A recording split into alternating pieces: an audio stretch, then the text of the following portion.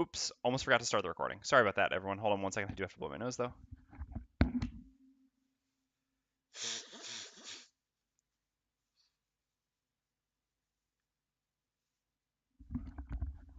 So, for everyone watching along at home, sorry, I just forgot to restart the recording before I came back. Anyway, we start here. This is the situation. The goal is to kill all enemies. We're doing scenario 16. And as usual, we're going to have the Mindthief stun one, immobilize the other so that they don't do anything. The annoying thing is we'd really like to get enhancement field, but the initiatives just don't work out to actually have the Tinker ever go before our allies, really. And duelist advance bottom with the top of throwing knives is just so good here for the Scoundrel that's what we're going to go with. And in the end, we'll just use Toxic Bolt to poison one of them, and Volatile Concoction's bottom to give probably the Scoundrel 2 cards back. Ooh, yeah, then we can actually just repeat this next turn. That's crazy, doing 8 damage in back-to-back turns. Actually, one of them will be 9, too, because of the poison.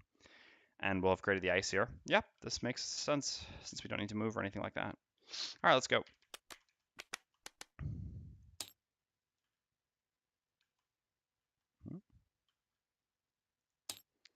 Bad monster deck.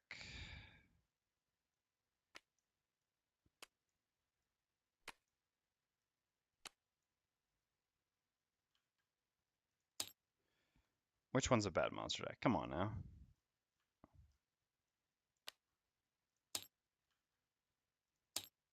So it's got to be there then? No. Oh, whoops. Okay. There we go. There we go. Oh, no. Ranged. Oh, no. Oh, no. Oh, that's the worst. I should have considered that that's an issue with Toxic Bolt. Woof.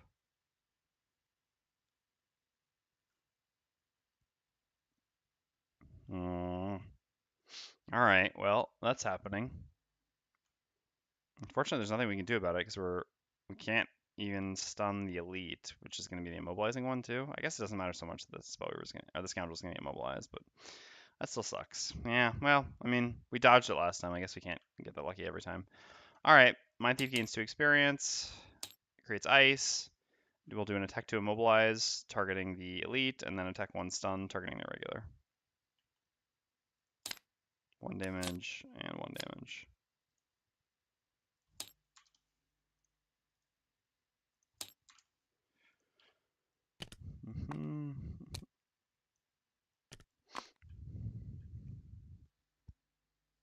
All right. Then the Scoundrel goes, going to play the bottom of Duelist Advance. Add +2 attack to all your attacks this round, targeting enemies adjacent to none of their allies. Then we're going to use hit throwing knives, so we make 2 attack 4s, targeting 3 and then 2. I guess 2 and then 3 in that order. Okay.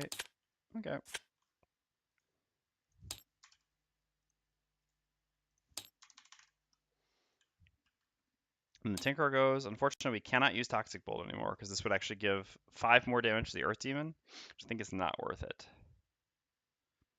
We don't really do anything else here, but, well, story of the Tinker's life, unfortunately.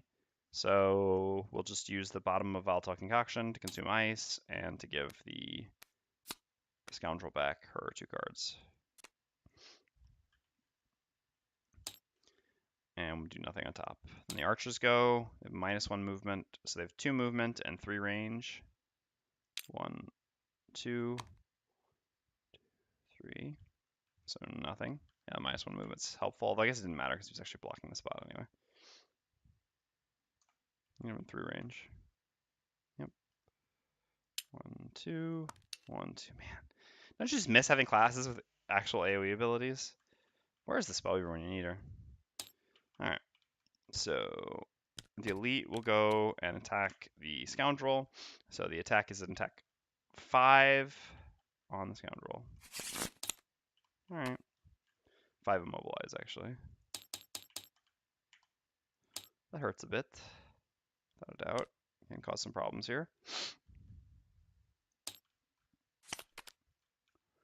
Well, we're doing the same thing we did last time. Can't move anyway, and it's a good turn before, it's still a good turn now.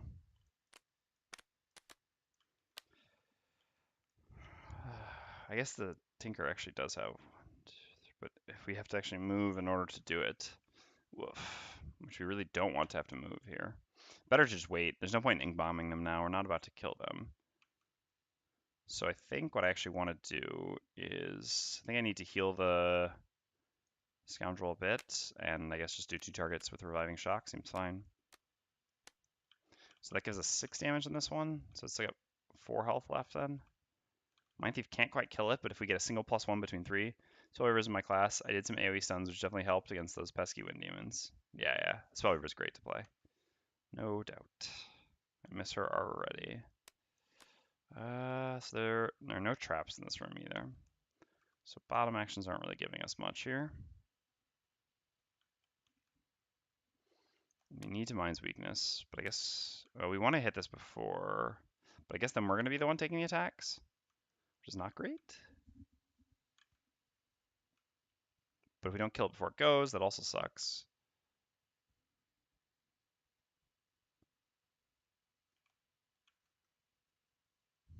Yeah, I think we'll just let's move up with this. This initiative is kind of balanced. Maybe the archers will go before us, but we should still go before the earth demons. This seems about the best we can do. I mean, this at 29 would be slightly better technically, but it's also a much better attack. Oh yeah, the disarm on wind demons is the worst. I really hate that design for the record. And I guess we're at 34 here anyway, so the 27, yeah, works. Hopefully we go after the archers. Is basically the goal here. Oh no, we go before them. Oh, +1 attack, but -1 range. Interesting. And they're doing this. All right. So, well, anyway, the Scoundrel goes first. We're going to use the exact same turn. Duelist Advance at +2 to all your attacks this round, targeting enemies adjacent to other allies. Oh, but actually, that's a little bit worse than before. Well, it still adds 2 damage, so I guess that's fine. We couldn't move anyway. So we'll attack, yeah, Elite, and then, regular, then Elite. So attack 4 and then attack 2. Okay, nice. Need that +1. Oh, good. So we did 5 here, putting this down to 5. And we did 3 here, putting this down to 13. And so we're done. So now it is the Mindthief's turn. We're going to do a generic move 2 with Fearsome Blade, going 1-2 to here. And then we're going to use the top of Mind's Weakness. Yeah, we're going to get pummeled, right? But, I mean, someone's getting pummeled. Just have to hope for the best. We could go invisible, but, I mean, then the Scoundrel gets hit. And Scoundrel actually has less health than us and less cards to lose. So, yeah. All right, Mind's Weakness. Gain 1 experience. Make an attack 3, targeting the Earth Demon number 2. Okay. Well, yeah, that doesn't really change much, actually, because now Reviving Shock's only hitting 1 target. What's our goal again? No one exhausted, and 13 more experience. Alright, so the only one that happens during the scenario is the Tinkers. Okay, well, at least Mind's Weakness is active now. And then the Archers go. I guess there's only 2. Well, let's see, actually, how that's all going to work. Ooh, +1 attacks, that's going to be 4s? Yeah, we can't take all those attacks. Alright. Anyway, so they have 2 range, because they have -1 range.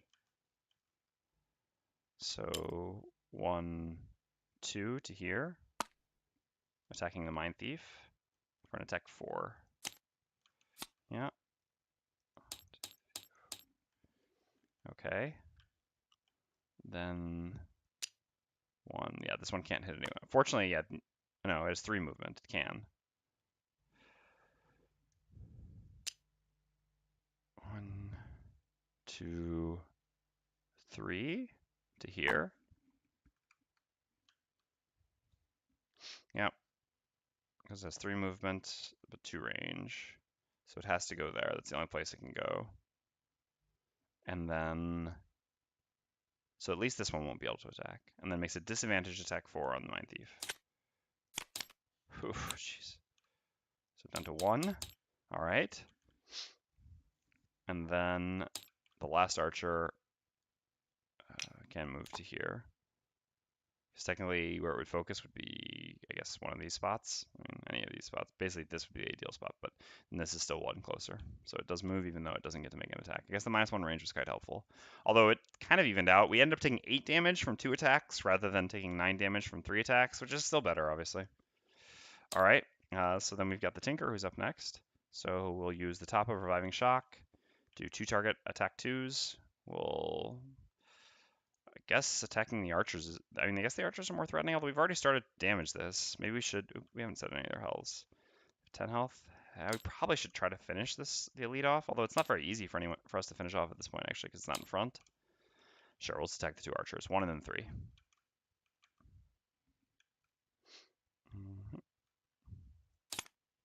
Okay, okay. So 2 damage in each.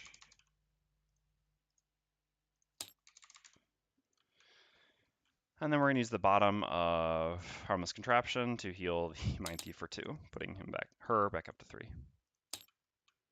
And then the Earth Demon goes and heals himself for 3. Up to 16. Okay, so we don't have the immobilize here anymore. What do?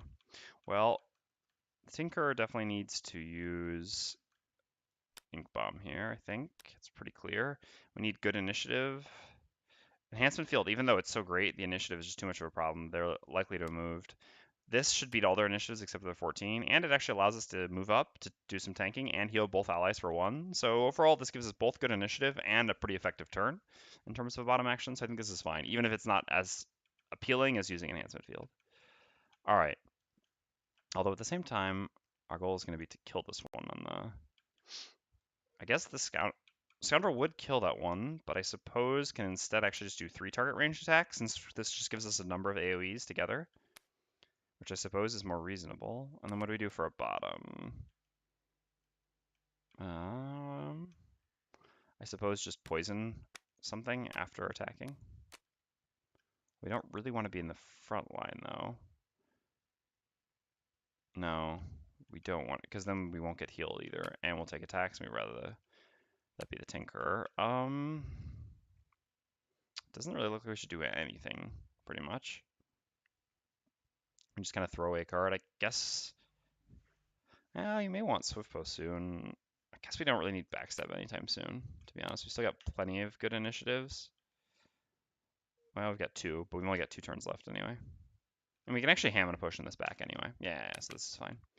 All right, so we've got Mind's Weakness up. We don't have Ice. We're definitely using Empathetic Assault to heal ourselves. There's no doubt about that.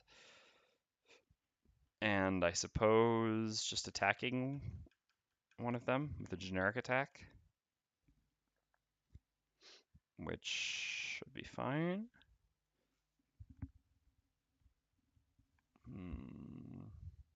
Guess the pushes don't really matter anytime soon, and these give us better initiatives for later. We've already got good initiative here with the 11. Okay, this works. Let's go. Ooh, immobilize, but we're going before them. So first up is the Scoundrel. So we're going to gain 1 experience, and we do attack 2, targeting 3 targets. And we will target, Archer 1, Archer 3, and then Elite Earth Demon 3. In that order. So 2 damage, 2 damage, 1 damage. Well, if I had to get 1 damage, that's where I would rather see it, because it's really important to kill these archers. Although that's not getting me very close to doing it, unfortunately. That wasn't a great attack. As far our flips, well, it's about what our deck is at this point, I guess.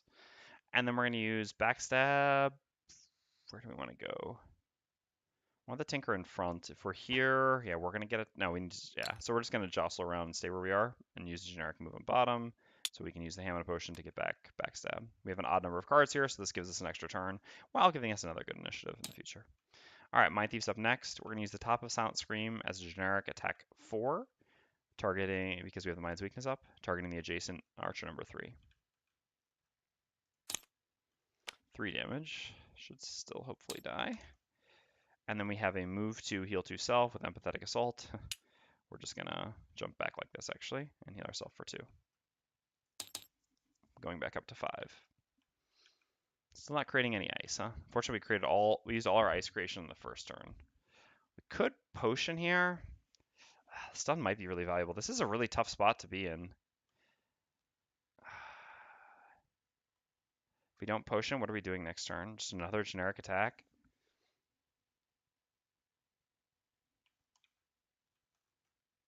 Oh. Yeah, you're correct. Silent Scream's base attack is 2. So yeah, I can't actually just gain 1 experience. You're right. Are augments optional? I mean, they should be, right? Because they're added effects, I guess. But that's a good point. I never actually thought about that before.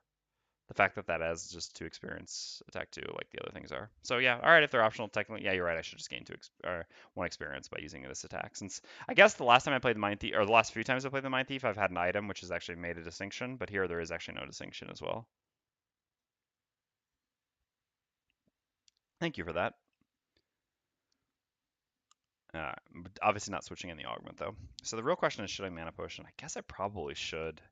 Suppose actually being able to get a stun attack in this rather difficult fight, but not having it for the future.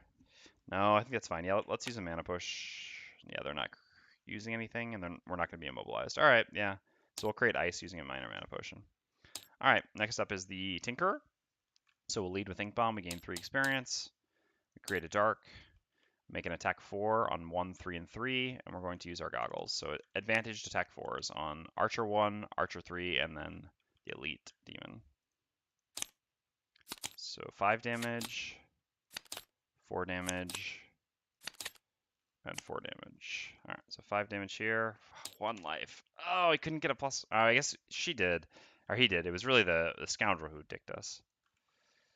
All right, there, and then 4 damage here, putting us down to 11. That sucks. This living is actually a pretty significant difference. I mean, it's only attack 2, but still.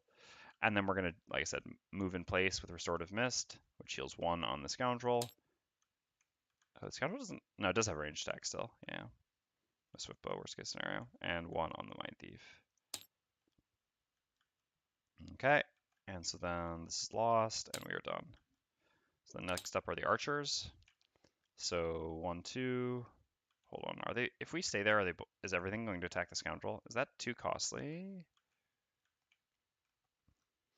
If we go here, then the Mindthief doesn't get the healing, but then we tank all the attacks on the Tinker. The Scoundrel has 8 life, whereas we have 12. We can actually absorb all the attacks. I guess the Scoundrel can't. All right, yeah. So let's do that. 1 less healing for you. Should we go all the way up to here then to grab the coin while we're at it? No, because then we don't heal the Scoundrel. All right. Yeah, so we'll stop there actually. So then the Archer. So this one will move back 1. And they'll both attack the Tinkerer, making attacks at -1. So 2 attack 2 immobilizes on the Tinker. Jeez. So 4 and 3. Jeez. Well, we were supposed to be able to survive all this, but in the end we will not. Now the Earth Demon actually has to get a negative attack here. So he goes here. We're going to still be immobilized no matter what. I guess here is actually 1 closer to someone else, so I'd actually have him move there, or he would normally move there. And makes an attack 5. -1. Whew! We did it. Is it better to just lose a card here, though? Can we heal? Gotta heal 4. I guess that's what we're doing. Jeez. I guess the -1 in the end, but just that crit. It's really costly. How much damage? I mean, theoretically, they should have done 9 damage to us this turn instead of 11. Yeah, they did 2 more damage than they were supposed to. And if we'd just gotten 1 more damage on him, he would also be dead. Ugh, yeah, a lot of ifs. A lot of narrow misses, I should say. Okay, so what's up next? I mean, this would be nice if we could immobilize the Earth Demon move away, but unfortunately we're also immobilized, so we're not doing that. Oh, I guess a stun is probably better than healing ourselves. What can our buddies do? Well, also a stun here is a pretty clear thing. Oops. The big move. I guess stunning the archer in the back, right? Yeah. So this needs to be killed somehow. It's a shame we don't have duelist advance anymore, huh? But I guess this will work. No, but that's too late of initiative. So what if we do? Yeah, this works actually. So this way, the Scoundrel can run over here and kill this one. We want to actually go after the Mindthief though. So we gain 1 experience that way. But then we don't get the poison. So we use this attack. Yeah, that's fine. 11 should be fine. So we run over here. Oh, so the Mindthief runs up here, stuns this one. Then we run here, we heal this one, poisoning this one. And then the Tinkerer can just stun this one, or stun the Earth Demon. So we don't need to worry about the heal this turn because there should be no attackers, hopefully. And then we'll worry about the healing or whatever next turn. Enhancement Field, not really worth using. I guess we have nothing else that actually does anything. Can Enhancement Field be better next turn? Probably not. It's not like we're going to go before the Scoundrel in any of the next 2 turns, so. Alright, that seems fine. I just gotta hope that we go before them and don't miss. Let's go. That again, huh? I'll have to flip that card. Anyway, Mindthief goes first, doesn't move 5. 1, 2, 3, 4. We're going to consume the ice using Frigid Apparition, gaining 1 experience. We make an attack 5, targeting Archer number 6. Attack 5 stun. Jeez. Alright, well that's unfortunate. But it's still not relevant right now, just going to hurt later. So then we're going to do a move 3 poison with the Scoundrel, poisoning the Elite Demon. And then we're going to attack the Archer with an attack 4, which gives us 1 experience and gives wound. So this way, at least, no matter what, that Archer is dying. Of course, so of course, then we get the +2. Something with 1 health, which is automatically getting wounded and never going. Nice. All right, I'm going to use Enhancement Field as the Tinkerer, and we use Stun Shot, so it's going to be a disadvantaged attack 3 stun. We have a +1 from Enhancement Field, +1 from the poison, but disadvantaged because of adjacency with a ranged attack. All right, well, not bad there. Down to 7. Not really the most threatening. Well, I guess it is kind of comparably threatening. All right, then both enemies are stunned. And we're no longer immobilized either. That's the end of the round. So, well, the Mindthief has just 2 cards to play. Better initiative still makes sense. The Tinkerer can actually do the immobilizing thing and heal himself, which makes sense.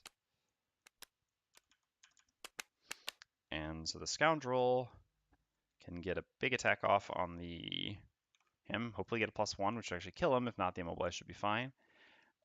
And move away. I guess we're just going to move to here to get a coin, probably. So we don't actually need to play Swiftbow just now. We can actually save it.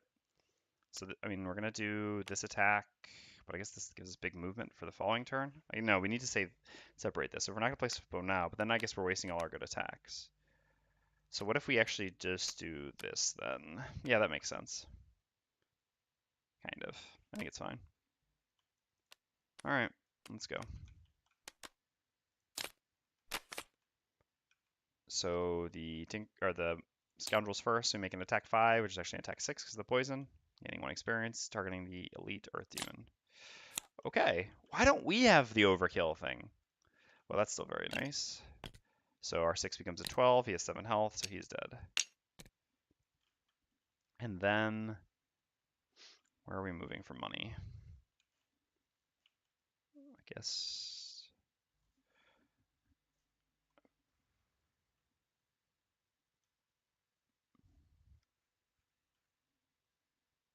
we have the most movement, so I guess we can get the coins the furthest away. So we'll go here. That's fine. Moving there with the bottom of backstab. All right, next up is the Mindthief. So what's the Archer doing? +1 attack, huh? Who's the one who should actually take this attack? Well, really it should be the Scoundrel. Is that what happens if the Tinker moves up? Yes, it's still the Scoundrel, so that's actually fine. All right, so we'll begin by using the top of Scurry to make an attack 4 generic, targeting the Archer. Okay. Down to 6. And then we'll just use the bottom of Into the Night to go invisible. Then it's the Tinkerer's turn. So the Tinkerer is going to do a heal 4, I suppose, on himself, putting him up to 5. And then just do a move 2 with Net Shooter. I guess we do want to get that wound on Stun Shot. That's pretty valuable. So we'll grab these 2 coins. It's also, I would say, harder for the Tinkerer to consistently loot than it is for our other 2 allies. So it makes more sense for the Tinkerer to pick up more coins when given the opportunity. All right, so the Earth Demon is eliminated. So the Archer makes an attack +1, so attack 4, targeting the Scoundrel because the Mindthief is invisible and the Tinker had lower initiative than the Scoundrel. So attack 4 on the Scoundrel. That's nice, at least. Balancing things out of it. All right, so Swiftbow attack. Here we're doing nothing except moving, unfortunately. So it looks like the Mindthief does need to do a short rest here to actually make sure that we kill here, which is a shame because we'd like the long rest to heal. Oh no. Oh, that healing's going to be so valuable with how much damage we've taken. Huh. We've got other cards that matter a lot more. Fine. That hurts. That definitely hurts.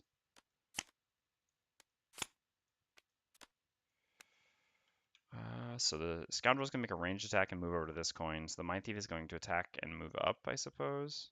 So we don't need a lot of movement. I guess we could also use a bottom stun just in case our top attack somehow doesn't kill. Yeah, that seems reasonable. We're going to do a 3 plus a 4, but who knows what could happen. This gives us a bit of insurance. And I suppose the top attack is going to be something like this, which is just an attack 4 that gives experience. All right, let's go, because we have no tops. Never the long rest. I've done a fair amount of long rest, but yeah. I mean, the long rest is too costly here. If I could kill this in long rest, then I would, but I can't. I'm making an attack 3, and that's it. The Tinker can't even move to a position to attack it. So if the Mindthief long rest is just giving the Archer one more attack on one of us, and we're all pretty low health, so this is, I think, not worth it. All right. No, definitely would not have been worth it. Scoundrel first, attack 3, range 4, targeting the Archer. Okay, standard thus far, that's fine. Down to 3.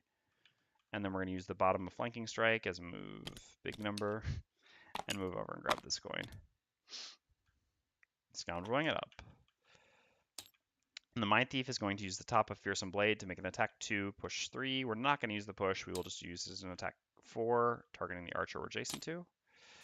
Yep, well, that's why we use the bottom stun. Jeez, come on. All right, so then we're going to gain 1 more experience. We're going to create an ice, and we're going to use the bottom of Perverse Edge to make an attack 1 disadvantage stun, targeting the adjacent Archer. All right, so 1 damage. This just sucks because now this Tinker doesn't actually get to move. And stun. Okay, and the Archer stunned, and the Tinker has a move 4, which just does nothing. We cannot get anywhere to do anything. We're certainly not summoning back here, nor using the Lost Crank attack. We will actually long rest on the Tinker. He can use the life and isn't really doing anything effective right now. Yeah, Mindthief should be able to finish here. We've got the ice anyway. We're not about to have it anytime soon again, so we'll use this to attack, and then we'll just move up and grab that coin while the rest of our party long rest because everyone needs health. This is a fine initiative. 14 beats their fastest. I think we can save the other cards, which are more useful later on. All right, let's go. So we're going to use the top of Frigid Apparition. We're going to consume the ice, gain 1 experience. This gives us an attack 5. Stun against the Archer. Come on! What a joke. And this, for the record, is why you abuse advantage by enhancing it on all your cards, so these are not your turns. Alright. Well, I guess we're going invisible again. Because why not? We've got nothing else to do. It's not like we're going to move somewhere else. Can we kill it next turn before the... Yeah, before the Scoundrel can also just do a ranged attack. Alright. So long rest here, 2 health. Long rest here, 2 health. Oops, 1 too many. Refresh this. Choose a card to lose.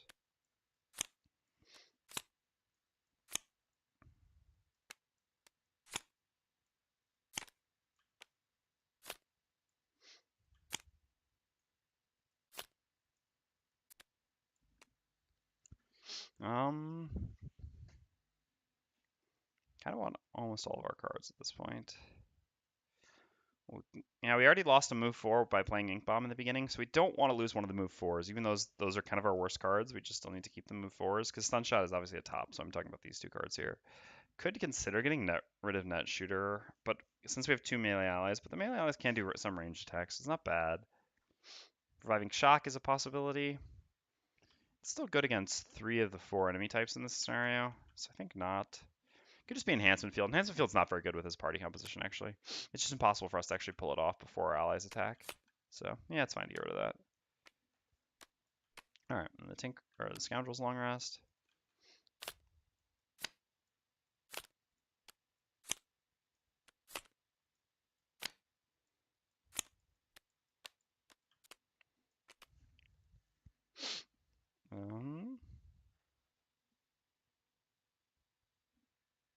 Yeah, probably time to get... We never got to loot with it, but I don't think we're going to be able to hold on to it for that much longer.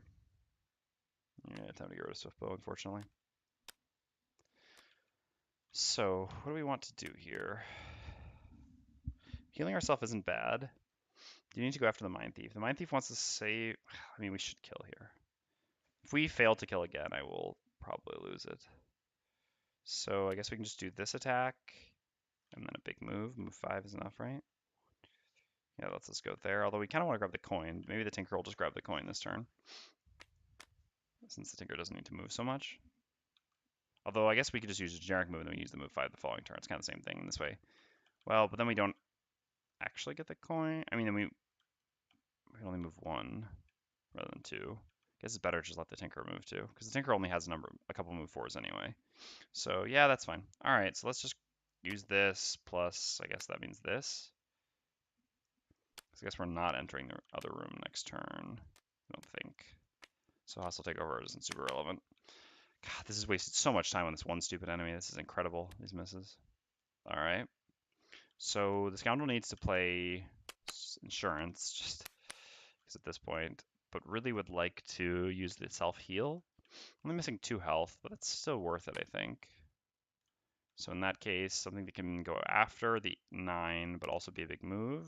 Yeah. And can let us kill if we have to. This works fine. All right. And so then the Tinkerer is just doing a smaller move and a bigger heal, right? So who needs the big healing? The Mindthief might take a long rest soon, so it doesn't necessarily need the big healing. Tinker is actually the one who needs the healing the most. So probably a stamina booster on the Tinker. And we just need a small amount of movement. No, the Mindthief. Wait, no, we were supposed to move up with the Mindthief. Yeah, this turn. Unless we fail to kill, then it would be better to save the big movement. So yeah, actually, we just do the move 2, and then we do the move 5 the following turn with the Mindthief. All right. So how to do this then? So let's see, the Mindthief will go there. So if we go here, then we also get 1 healing on the Mindthief if we use the bottom of Restorative Mist. I guess that's fine. Since the Scoundrel is going to be at full anyway, Restorative Mist isn't really going to do better than this. So this looks all right. All right. Let's go. Yeah, there's the 14. Anyway, Mindthief is first going to use the top of Silent Scream, gaining 1 experience, and making an attack 4, targeting the Archer. The Archer's actually not stunned anymore, but thank God it does not actually matter this time. Then we're going to do a generic move 2 going to here. Okay. So then it's the Scoundrel's turn. Scoundrel's going to do a heal 3 self, healing for 2. And it's going to do a move 5 with open wound. 1, 2, 3, 4, 5 to there. Okay. And then the Archer's eliminated. And the Tinkerer goes, going to do a heal 4 on himself. And then do a move 2, heal 1. Affect all adjacent allies going to here, so healing the Mindthief for 1. Grabbing another coin. Wow. Tinkerer is actually winning the loot race, huh? Not bad, not bad. I mean, like I said, that enhancement on stun shot is quite valuable. Oh, these coins are only worth 3 because I'm only playing on +2, though. Ugh. That is a bit of a feels bad. All right, let's play with these. Let's go a little bit later and see what our allies find out is going on in the next room. In that case, I guess it's better to play a big move and the worst ranged attack so we can keep the better ranged attack, since there's a decent chance we end up just opening the door and moving back this turn. As for the Tinker, well, Tinker wants to move up a bunch, I suppose, to something. I guess it depends where we end up going. So how much movement do we have maximum on the Tinker? To here, to the door. That doesn't reach a ton in this room. Definitely, yeah, I did. He was at 5. Yeah, I put him up to 6. Because he had 4 health missing, which is what I was looking at before. Now he's only 3.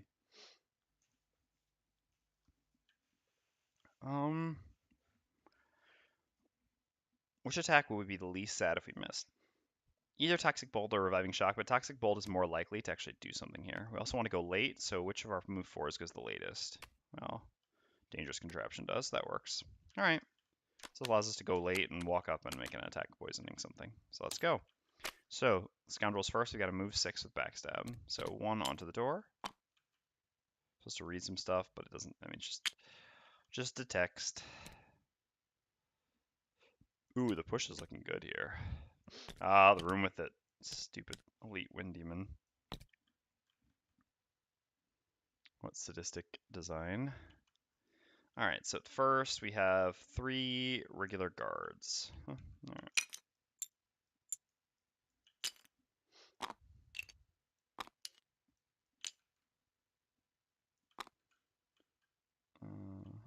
So they have 12 health. Retaliate 1. I think they attack for 4. No, they attack for 3 and have 3 movement. Alright. Elite attack for 5. And then we've got 1 elite. Oh, the chest is in here. This is a trap chest.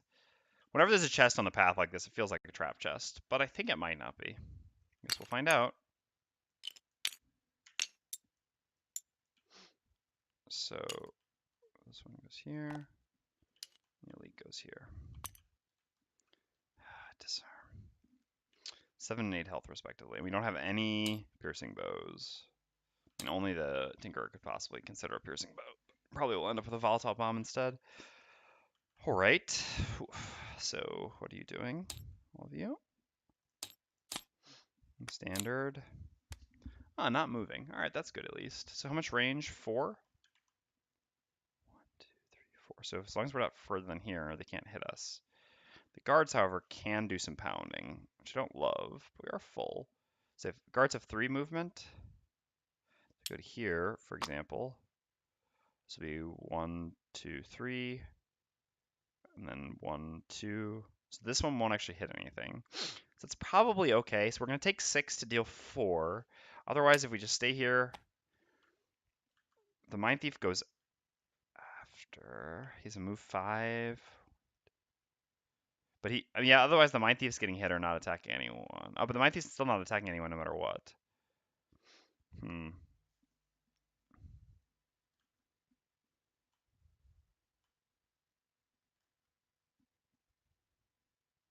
The Mindthief would have to move up to here. I think I want the Mindthief to long rest. It's probably better just to wait in this room and let the enemies rush up. Yeah.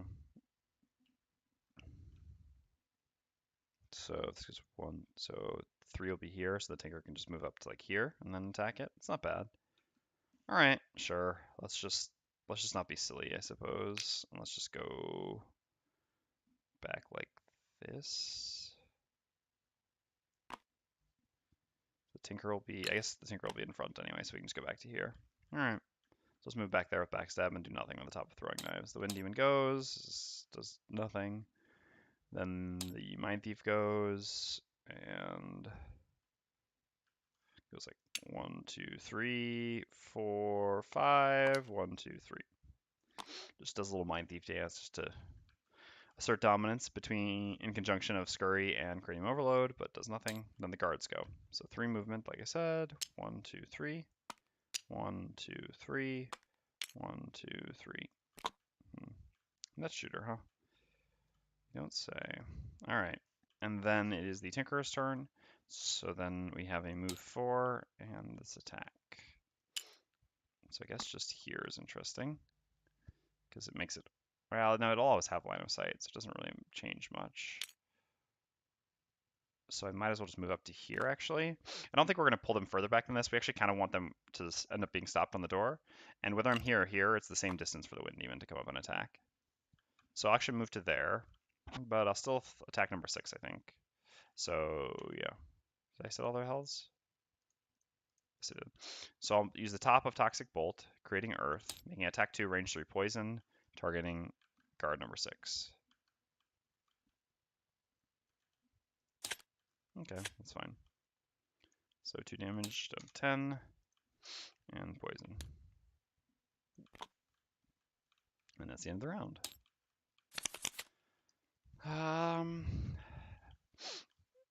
Yeah, I think it's fine for the Mindthief to take a long rest here, to be honest. We're going to try to do range attacks. He does have some, or she does have some, but long rest is also quite valuable. We're waiting for enemies to move up. I also want to be able to choose which card I lose. It's pretty valuable here. So if I would have to move up more than that to be able to hit all of them. So I think I'd rather just go late and do a bunch of ranged attacks. But I guess, yeah. I mean, there's a decent chance they don't move and things like that. But I guess if they don't move, it's better to move up, hit them. I guess here then only one can hit, but there's the issue of the Wind Demon hitting me. What happens if the Wind Demon hits me? I don't do anything the following turn, but I guess it's not the absolute end of the world, and I do get to hit all of them, and only one of them comes in. I think this is actually okay to just move up to there. So in that case, do I need to use single out here? Yeah, because then maybe I can like move up and make a duelist advance attack and then run away with flanking strike next turn. That actually works pretty well. Okay. So in that case, what should the Tinkerer do? I can actually use that shooter here. I think it's actually probably fine. It does 9 damage.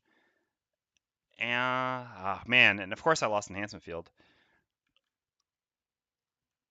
And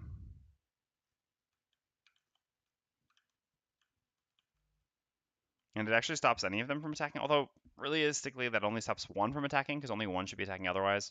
Yeah, it's actually probably just better than to use Reviving Shock, to be honest.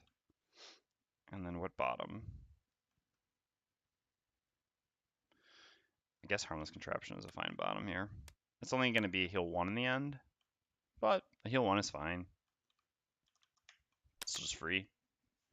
Alright, let's go.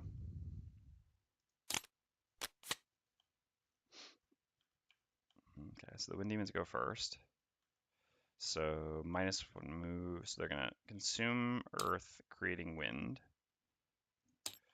And it's -1 move. So the Elite has 4 movement and 4 range, so easily hitting the Tinkerer here, right? 1, 2, 3, 4. 1, 2, 3, 4. Yep. Oh. Well, I guess it didn't matter what we played in the end. We'll still get to heal. I guess it is actually better that we did this as well, because now if we want to attack with this next turn, we still can, because 19 initiative is likely to go before the 21 that they typically draw. All right, so attack -1 is an attack 3 on the Tinkerer. So 2, I'll just do that here, and a disarm. Unfortunately, the Tinkerer is not the most dangerous to be, I mean, not the worst to be disarmed, although not knowing you're being disarmed, it is a little bit worse. We're definitely not doing something like summoning here, because the summon is terrible against these enemies. All right, so then there's the other Wind Demon, the regular, which won't be hitting anything. It's only 3 movement through range. 1, 2, 3. Okay, and so then it is the Scoundrel's turn. So we're going to do generic move 2 with single out, going 1, 2. And then we're going to gain 1 experience and use Flurry of Blades, making attack 2, range 3, target 3. Targeting all of the guards, so we'll do 2, 3, and 6 in that order. So it's attack 2, attack 2, attack 3 because of the poison. So 2 damage, 3 damage, and 4 damage. A nice little progression there.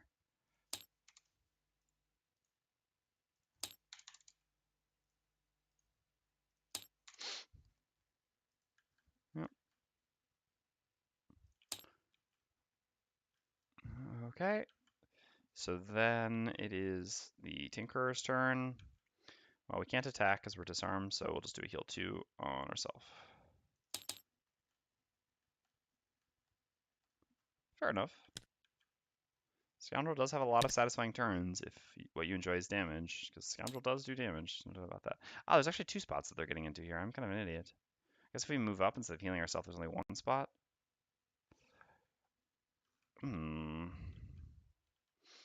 But no, I suppose it's alright, because then Flanking Strike is actually decent. Although then the Scoundrel's taking 2 attacks instead of... So we're actually losing 1 health by giving up more spots. No, so actually technically should just move up to here. Hate losing that heal equity, but... You said second favorite base class with Mindthief being first. Alright, so we'll just move actually to there in the end. So then it's just this guard, which will come to here. I guess this also allows us to use Net Shooter to immobilize this one. I'm not sure how much that does, but... Alright, and we still have this one adjacent to both of us. So this one goes here, and makes an attack 3 on the Scoundrel. 4. Alright. Do a little smacking. And then the Mindthief takes the long rest, so heals for 2. Yeah, we don't need to bring Mind's Weakness back because Ham and a Potion.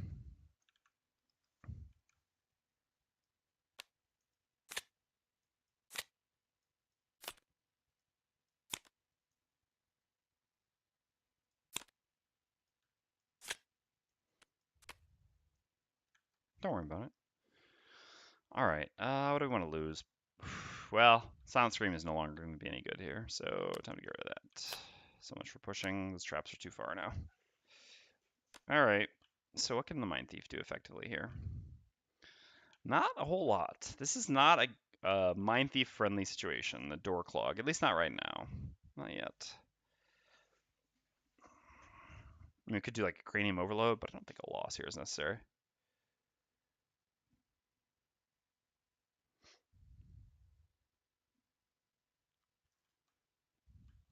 Well, Perverse Edge actually can stun it, so we could still just do the 2 ranged attack turn. It's maybe okay. I mean, yeah, we're not really doing better than that. So sure, let's just do that.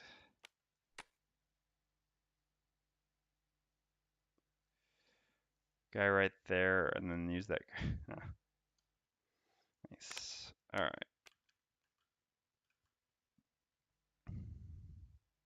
So the Tinkerer needs to try to stun the elite Wind Demon before it goes, so that it stops disarming us, which is pretty important. 20 should typically beat the Wind Demon's 21.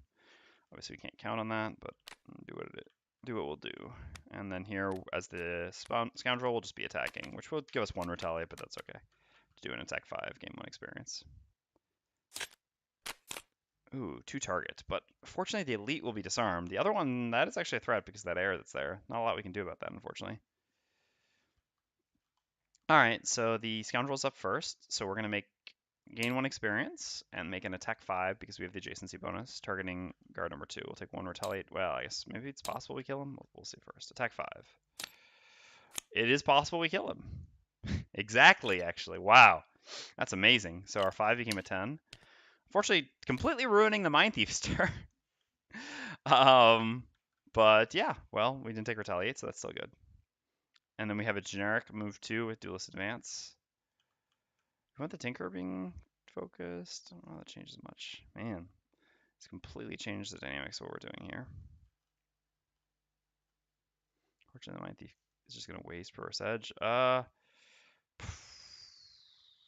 Guess it's better to just stay where we are.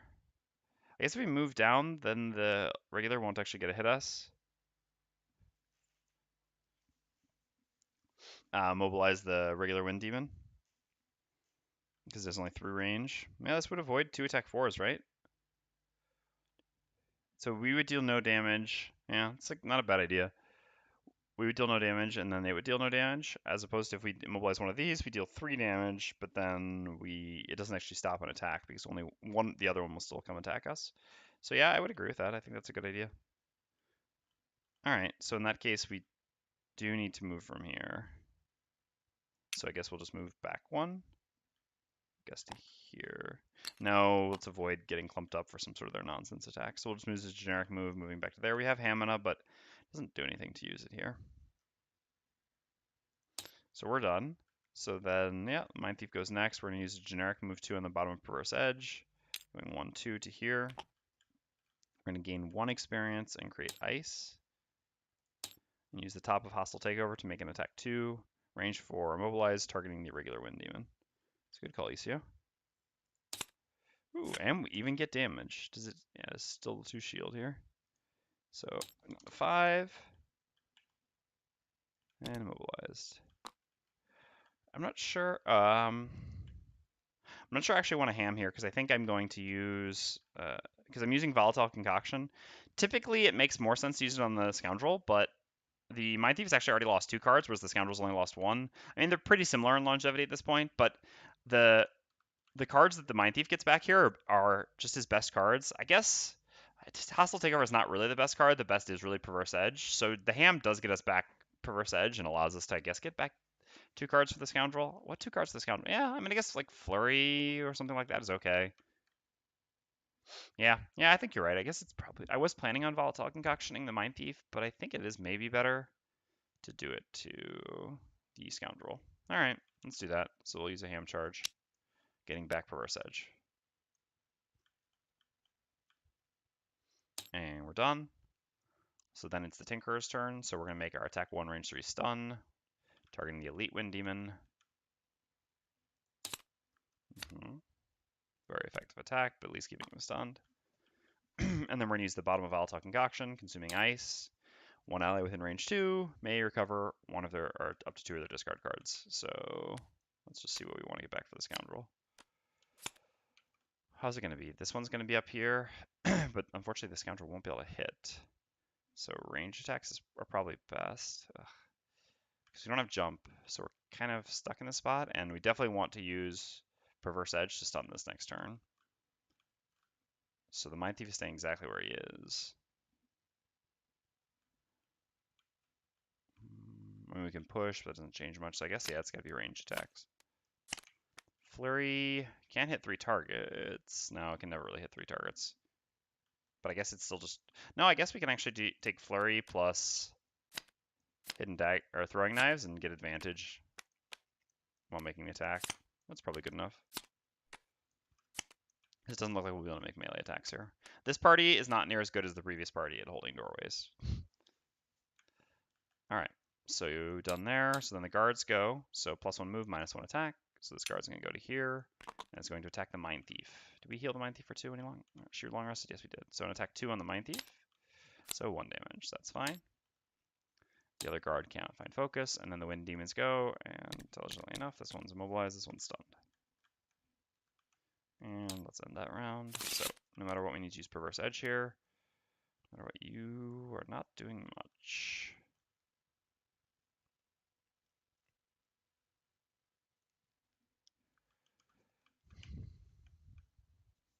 Could use Net Shooter, but it just seems bad. I guess we could just use Crankbow here to get an attack 6 on the Elite Wind Demon.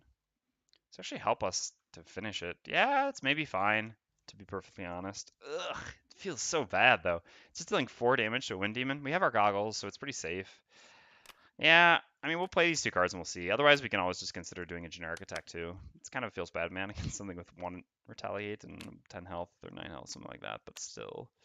I think this is okay.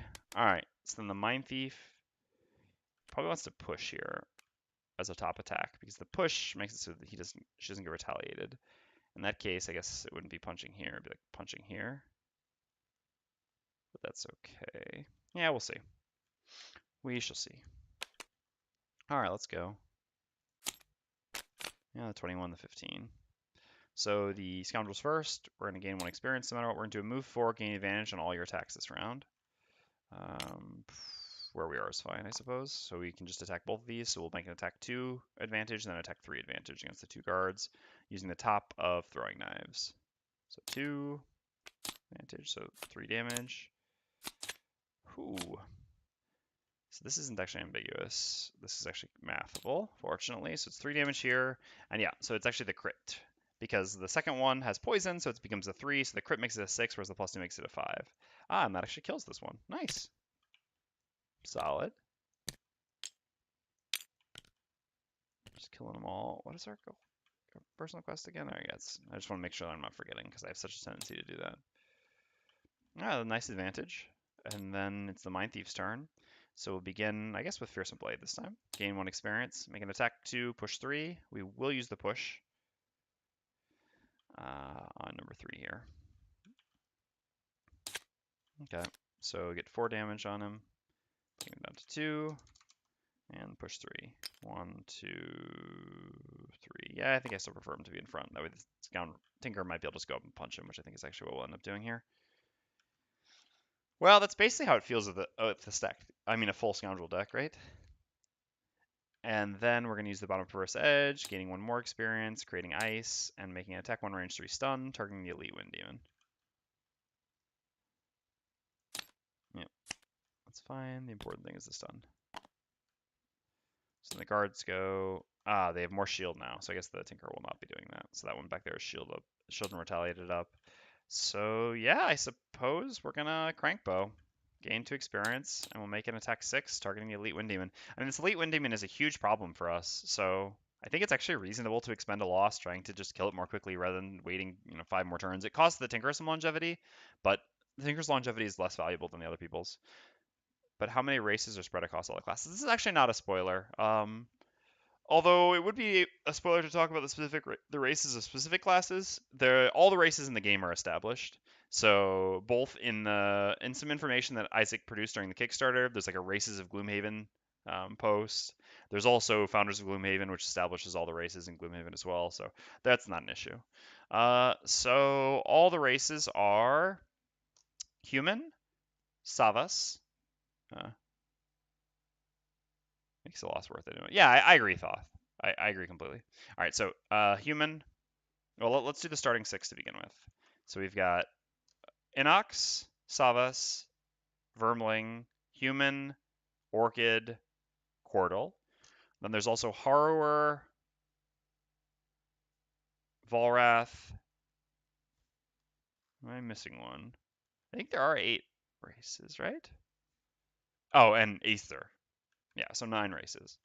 And that is all of the races in the game of Gloomhaven, to the best of my knowledge, yes.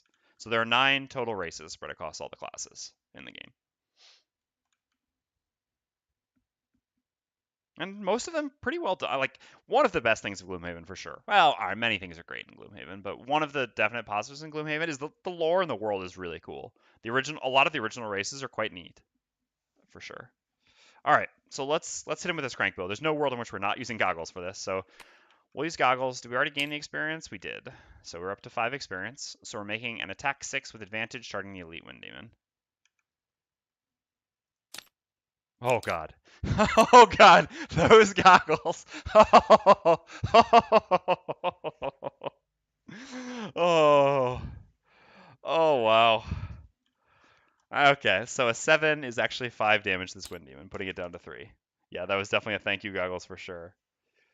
Yep, I would agree completely on that one, Thoth. Anytime I'm considering using Crankbow, I think I'm always using the goggles. And that is exactly why. Alright, so let's get rid of that. And so then the Wind Demons go. So the Elite is stunned. And so then the regular goes and needs to move up 1 in order to be in range, right? Yep. And then the lower initiative here was, I'm sure, the Mindthief as usual. So an attack 3, pull 1 on the Mindthief, creating new wind. Alright. Now the damage does start to add up a little bit there. Why don't we get this coin? Alright. And that's it. So it's time to run up to the Wind Demon as quickly as possible. Should I save my bigger move? Yeah, I'm only going here. 14 initiative might be too late. No, I don't want to take the risk. I don't want to run any risk that this Wind Demon breaks out of the Sunlock. That said, I'm also pretty much use a one-hand. Yeah, I understand. No, we're Prosperity 4. That's not a spoiler anymore. The Volatile Bomb. We will be buying the Volatile Bomb for the Tinkerer. It's just we're saving to get Wound on Sunshot first. It's the only reason we haven't bought this yet, which I think is just a more valuable enhancement. It's the single best Tinker attack at any level in the game. I mean, so yeah, getting that enhanced as soon as possible I think is just extremely valuable. All right, so we're going to take care of making a stunning attack on the Elite Wind Demon. Crank Grenade Launcher. That's a good way of putting it. I like that. I think everyone else just needs to short rest here. I don't think it's quite long resting time, unfortunately. All right, that's fine. We're going to be moving a lot, so.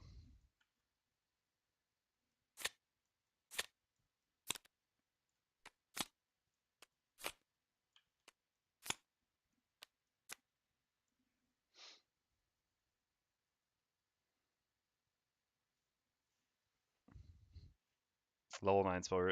Oh, you're saying that Crank Grenade. Well, I mean, if you're calling level 9 Spellweaver spell Crank Grenade because it's a grenade on Crank or Crack, so to speak, then yes, I suppose. I mean, level 9 Spellweaver spell is significantly better than Crank Bow with Volatile Bomb. Crank Tactical Nuke, gotcha. Yeah. Yeah, pretty much.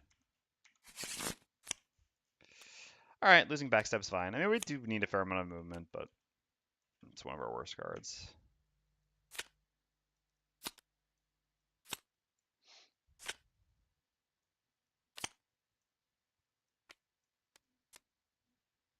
Okay, so what do we do next? So the Mindthief will be here, so that means we can't actually run up and hit the regular Wind Demon. We have to go after 5. That's not too hard. This wound is actually quite good on the regular Wind Demon. So that leaves the Guard who has 2 health, and the Tinkerer can actually go take care of him. this attack. Yeah, that should be fine. So if the Mindthief goes here and the Scoundrel goes here, then the Tinker can go here and get a heal 1 on both of them, which is actually also quite nice. And this attack should take care of him. Wow, and this actually gives us slightly better initiative. All right, that seems fine. 9-card hand, all losses, all destroy. In some manner. Wait, hold on.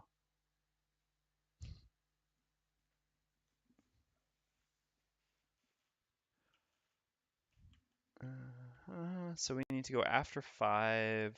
I guess it's probably just the 11 we're going with. How far do we need to move? We do need to move at least 3. Yeah, so we've got to use a bigger move here. Guess we can throw down a poison though. That helps a bit as well.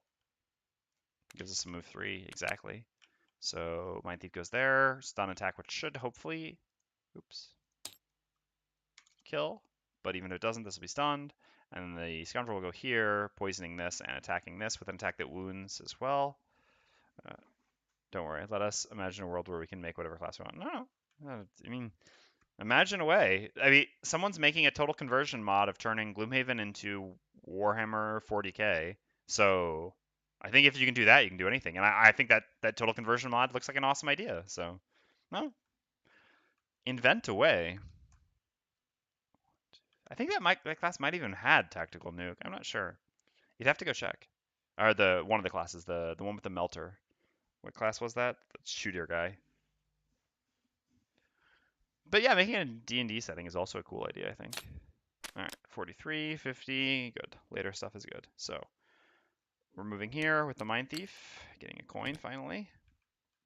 Using Cranium Overload, I guess. Now a generic move too. We could to Hammer back, but Hammer doesn't give us any more turns here, so I don't think it's worth. All right, and then Frigid Apparition gives us 1 experience. We consume the ice, and we get an attack 5 stun, targeting the elite Wind Demon. All right, perfect. Just enough to kill it.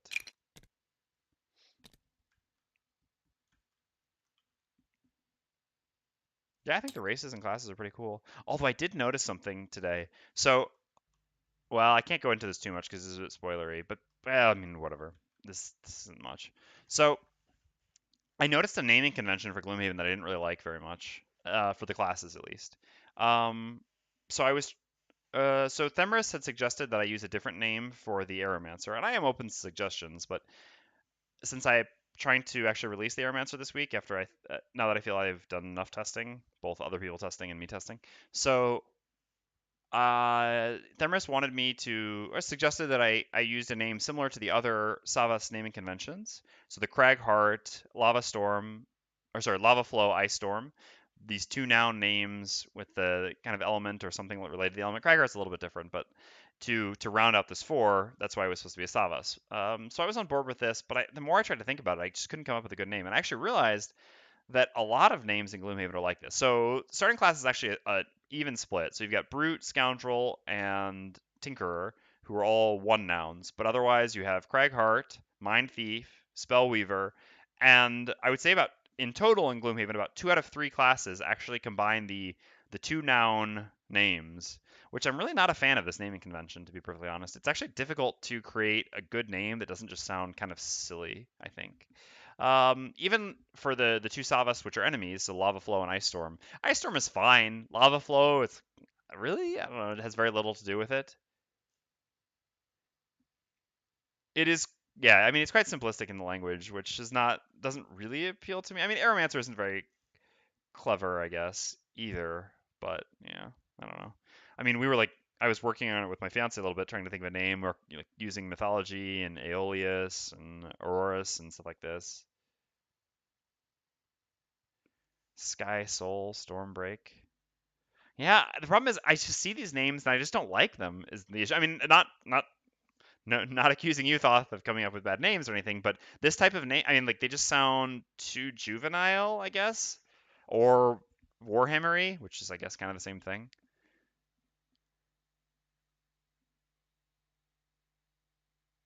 I mean, yeah, just calling it Thor would be good. But yeah, that Air Mage. I mean, that Air Mage is the classic name, right? But at least, like, yeah, that's simplistic too, but at least it has history, right? So even though it seems simple, you're naming it based off of something that it's similar to, so that people who read it understand what it is. Obviously, if you make something called like Stormbreak or Gale Force, the name isn't actually descriptive of what it is. It's just two nouns that are somewhat similar to what the class, I mean, related to the class's theme. So in the case of Air Mage, you have simplicity, but you have descriptive simplicity. Whereas in the case of like a lot of the Gloomhaven naming conventions, you have simplicity without it being descriptive. I mean, a spell weaver that's a mage, you know. I don't know. I mean, you also call skeleton living bones and zombies living corpses and ghosts living spirits. I don't call living spirits ghosts, but I do call the other ones those things. But that's also just because, I mean, that's another example. Like these could have been called zombies and skeletons, and this would have been fine. In the end, they were called these things, and I mean, okay, that's fine that you didn't want to call them what they are, but these are very clearly something. So you just call them what they are. Like a bandit archer is a bandit archer, so that's what it is. A living bones is a skeleton. Living bones is just another name that was used to replace skeleton because he didn't want to call it a skeleton, I guess. I mean, like an Inox guard is an Inox guard, so that's what it is. A lurker is a lurker. Having a descriptive name which is simple is fine. My gripe is simplistic names which are not descriptive, and that's what I want to try to avoid. An Aeromancer is it's also pretty simple, but it's at least descriptive. All right. So next up we have a move with, I mean, the turn of the. I normally avoid it. All right, the Scoundrels Turn. Move 3, poison, target 1 adjacent enemy. 1, 2, 3 to here. Putting poison here. If we get a +1, I guess we get a kill, right? And then we gain 1 experience, and we make an attack 4 wound, which is actually an attack 5 wound because of the poison.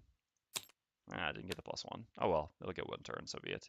So 5 does 3 damage, so down to 2, and wound. So it'll get its turn here, and then it'll die afterwards, and that's fine. Wound up calling the elemental demons elementals. Zombies and skeletons are also our normal terms of play. I also call them elementals. I mean, sometimes I call them demons, but in my head they're elementals because that's what they are as well.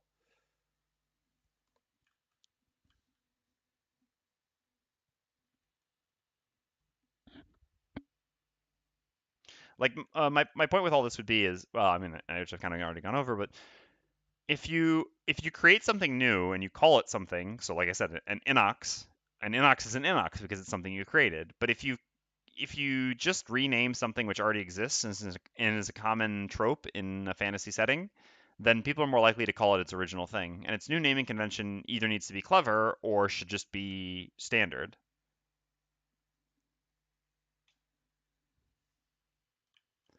Um, so you're done. So next up we have the Tinker. So we're going to do the bottom of Restorative Mist, doing a move to heal 1, affect all adjacent allies. Moving to there. So this heals the Mindthief for 1 and the Scoundrel for 1.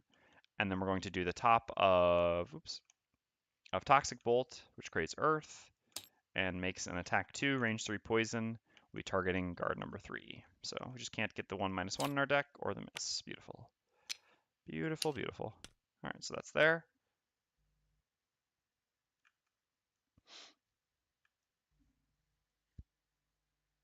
Call it her Jana. Which her? It. Jana is a fine name. Wouldn't be a class name. Unless you're talking about something else. The Aeromancer?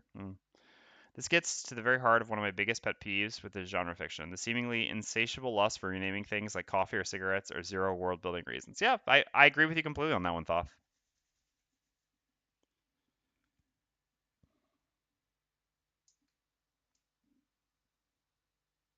Oh, that's gotcha.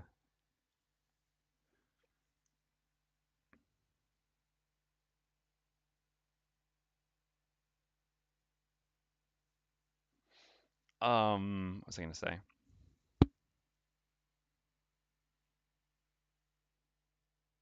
Yeah, actually, I that is a very small complaint I had from I mean, and no Mistborn spoilers, please, because I'm only halfway through the second book. But in the first of Mistborn was the fact that they called the money boxings, but it's not actually. I mean, at least as far as understood, it wasn't actually an official term for the currency. It's just something they called it. This is kind of an example of that.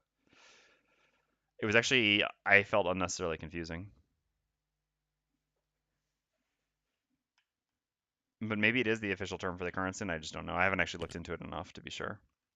But that would be another example I would have of that. All right, so then guards are eliminated. And next up we have Wind Demons. So the Wind Demon is +1 to target. Yeah, that's brutal.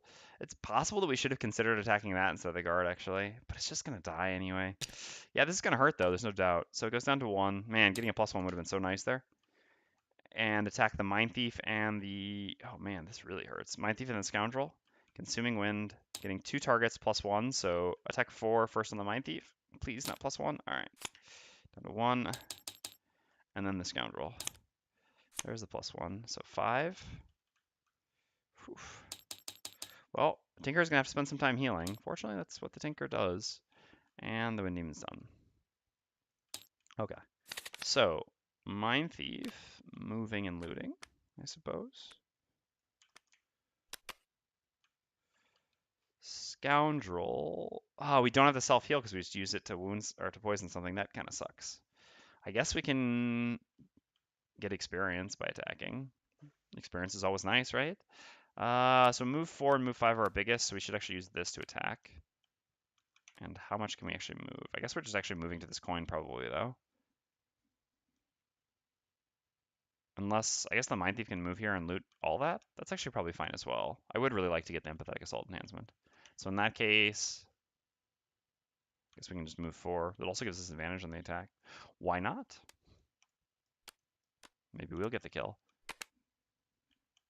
And then the Tinkerer just needs to be healing.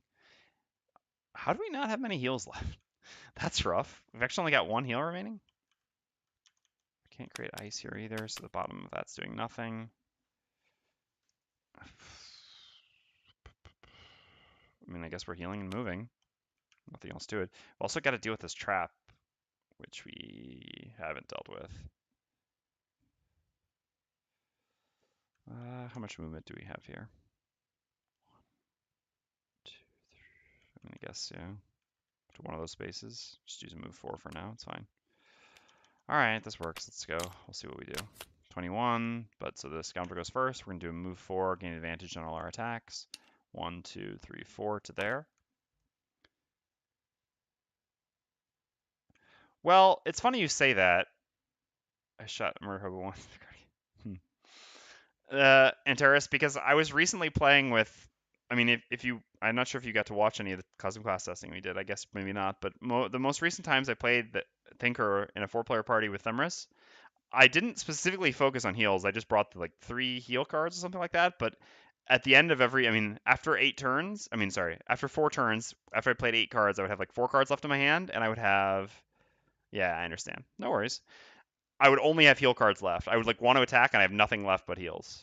Obviously, we're not playing with stamina potions, so that's part of the thing. But here it's funny because I actually don't have that many left.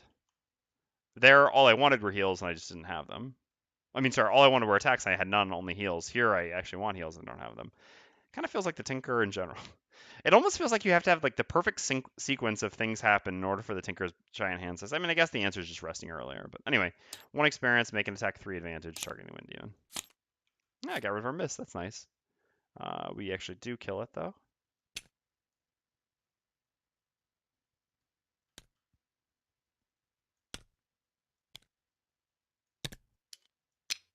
And the coin goes there.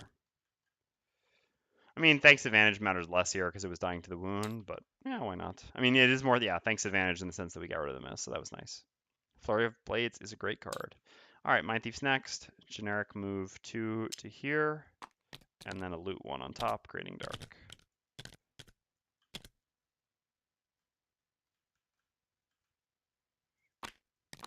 See, well, yeah, I mean, your party is obviously a little bit higher level. Here, I mean, the Tinker has 1 crowd control card, technically 2 with the loss of, I mean, loss on the bottom, I mean, on the top of, oh, gosh, what's the card? Net Shooter. All right, Wind Demon's eliminated, and then the Tinker goes. So who needs to heal 4 the most? Guess it's definitely not the Tinker. Yeah, mostly the Mindthief. 1, 2, 3, I guess 4 to here doesn't really change anything. There's 2 by 2, so much less CC to CC there. Yeah, that's true as well. And then we'll use the heal 4 on top on the Mindthief, putting the Mindthief up to 5. And that's the end of the round. So the Mindthief will do a long rest here. And actually, no, yeah, because I guess the Tinker can just tank the trap. Man, that hurts. That hurts. Sadly, we can't jump over it.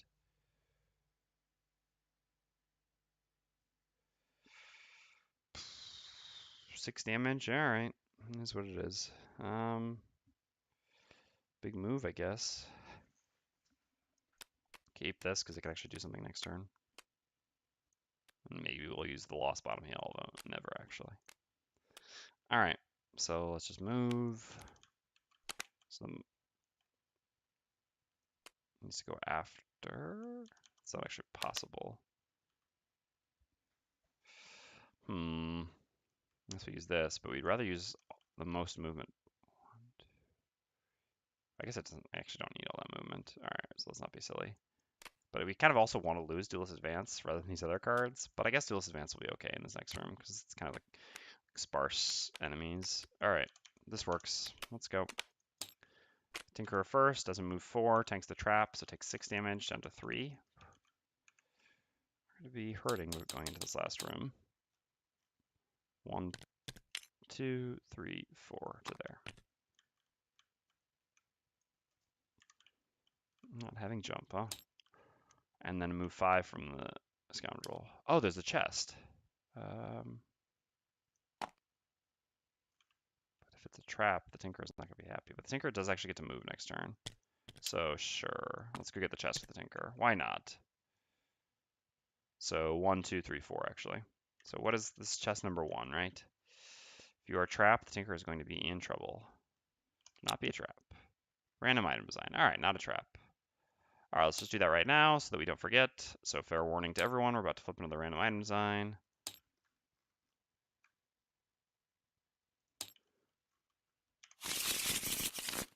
All right, let's switch the screen real quick so I can give everyone warning. So it was 87. Yeah, it's okay. It's not very good. There are some ones that I'd rather, but I guess it's still good to have one of these, so yeah, I can't complain too much. That's all right. How long until happiness? What is happiness?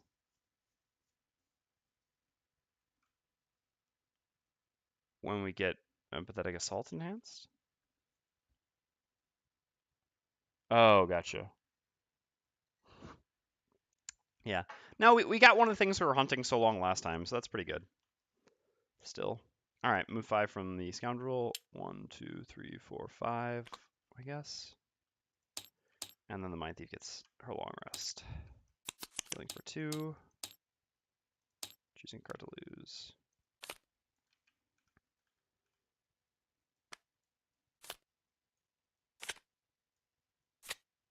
Oh, I see what you're talking about there. Gotcha. Hopefully never, right? So the push is actually pretty useless now, so we can get rid of that. All right, so we have a long rest here. You're just doing a little bit of movement. We can't, unfortunately, create ice to actually make the bottom here useful.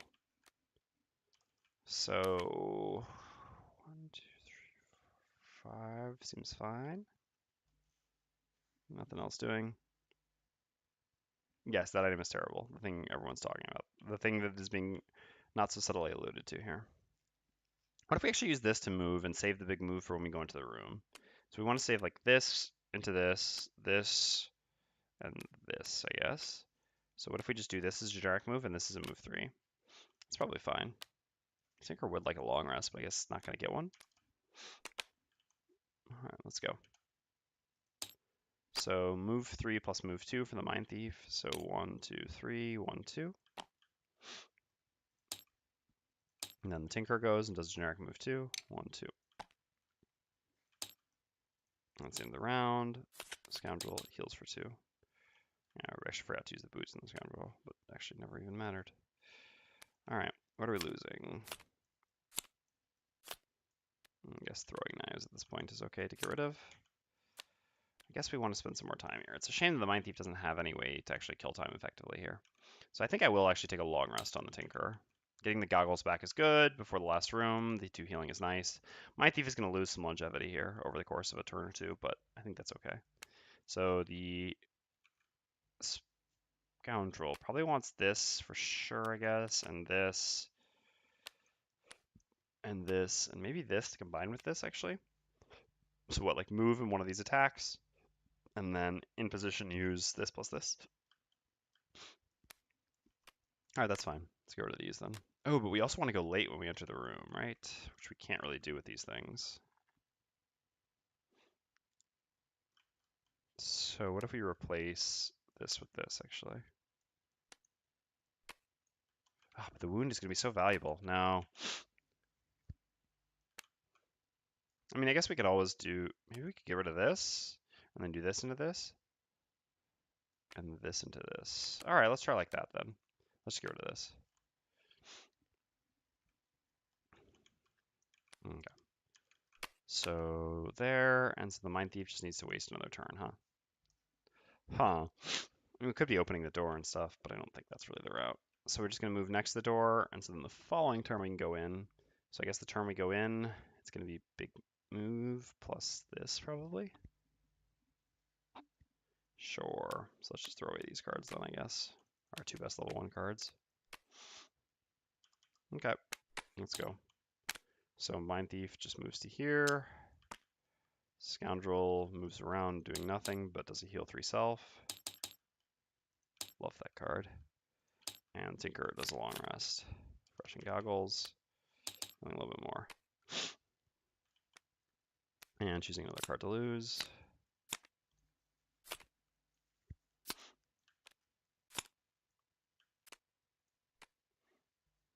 Just probably net shooter.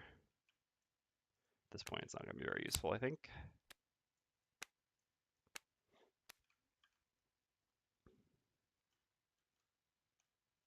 So what if we wait one more turn? I guess we wait one more. Oh, God, it's just.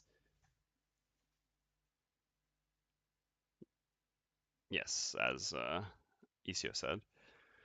One more turn gives us a nice heal. Oh, I can't go later, unfortunately.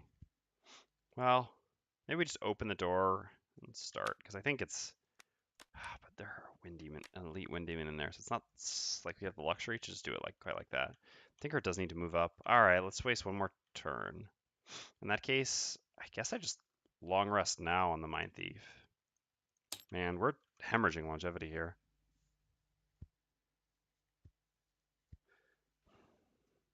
How much will we actually have if we long rest here? We have a Hammer Potion, so we'll have basically 3 turns, and then 2 turns, 2 turns, 1 turn, 1 turn. 9 turns left still for the Mindthief after that? Yeah, 9 turns should be enough to take care of the last room, I think. I don't have double Inviscape yet. Unfortunately, I don't have the money for it on the Scoundrel just yet, because I really want to make sure that I get Swift Bow enhanced. So no, I don't have it yet. I mean, because I bought the boots, I didn't have money. I will eventually get double Inviscape for sure, which would be very useful in situations like this. All right, so if the Mindthief is going to long rest, Scoundrel, is this necessary? No, I think it's not. We can just lose cards to negate damage if we absolutely have to. It's a really tough call situations like this, whether you should spend one more turn prepping or whether you should just go for it.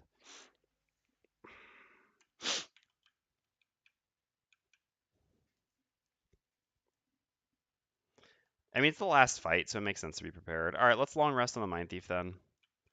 Let's do as much healing as we can on the Tinkerer.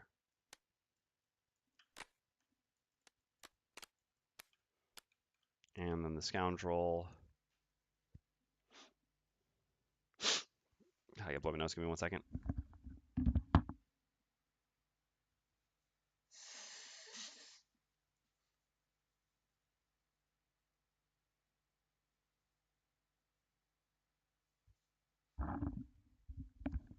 All right, I'm back. I think the Scoundrel, the plan is going to be to go after this. We probably want this plus this, actually, to go 11 after the, well, after the 5, probably. So I guess we'll just throw away these 2 cards here. I'm out of the order. I don't know why I switched that. All right, so Tinkerer first, 1/2 to here, which is a heal 1, affecting all adjacent allies. I'm not going to put it on the Mindthief because the Mindthief is just going to go to full with a long rest. And then we're going to use a heal 4 on the top of Stamina Booster on the Tinkerer, going up to 9. Alright, this gives us a more sustainable health pool for this last room, which I think is reasonable. Scoundrel does nothing, Mindthief takes the long rest. I won't bring back Mind's Weakness because I have Hamina Potion. Probably time to get rid of Scurry, to be honest. The bottom invis can still be quite useful against these enemies. Alright, so we have a plan. Let's go for it. So we need to run in like that and go next to something that the Scoundrel can hit. Presumably disarm something else, also creating ice at the same time. The BattleBot is probably actually worth using in this last room, I think. It's bad against the Wind Demons, but it can also absorb a disarm, like maybe even 2 disarm attacks, which is actually quite reasonable, I think. Same time, we could just run in with a stun. But I think I'm going to try the BattleBot. I mean, I'm curious. I guess it's more of a curiosity thing. I don't really want to lose, I suppose, but I think this is a reasonable idea to try to get the BattleBot up. It does make our immobilizes a lot worse, but it also should give us some damage and health. And the Tinkerer's got some longevity to spare. I think this is worth trying. Alright, let's go. So first is the Mindthief with a move 5. 1 onto the door. So what have we here? A bunch of rocks, right?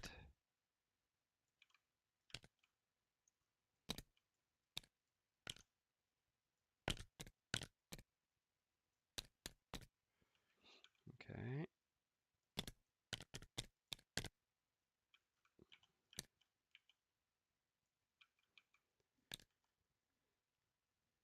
Here.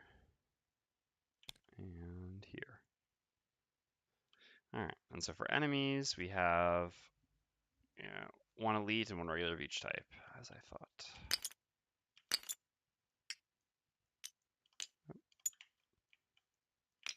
The elite wind demon being the biggest issue in the room, although those earth demons can create quite an issue as well.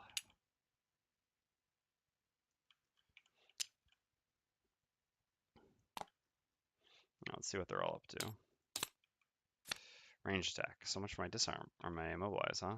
But they're not moving. Still so much for my immobilize. Classic. They're also not moving. Well, that's kind of good. So 4 range on the elite. Well, I mean, it hits us if we're here. Technically, if we just move back out of the room, nothing attacks us. Then the Scoundrel's just doing nothing as well, but that's probably still better. Oh no, the elite will still attack us. This will, which kind of sucks. Huh. We can also run down over here, but there's no way we can be adjacent to something so that the Scoundrel can get... Oh, we gotta set their hells as well. 21 and 15 for the Earth Demons. And that's 7 and 8 for the Wind Demons.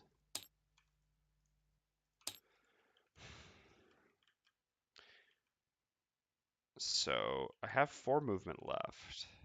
I have an Invis Cape. I couldn't go any later on the Scoundrel. But the Wind Demons do go before the Scoundrel, so actually the Invis Cape is tempting. So if I go to something like here, well, so let's do 1.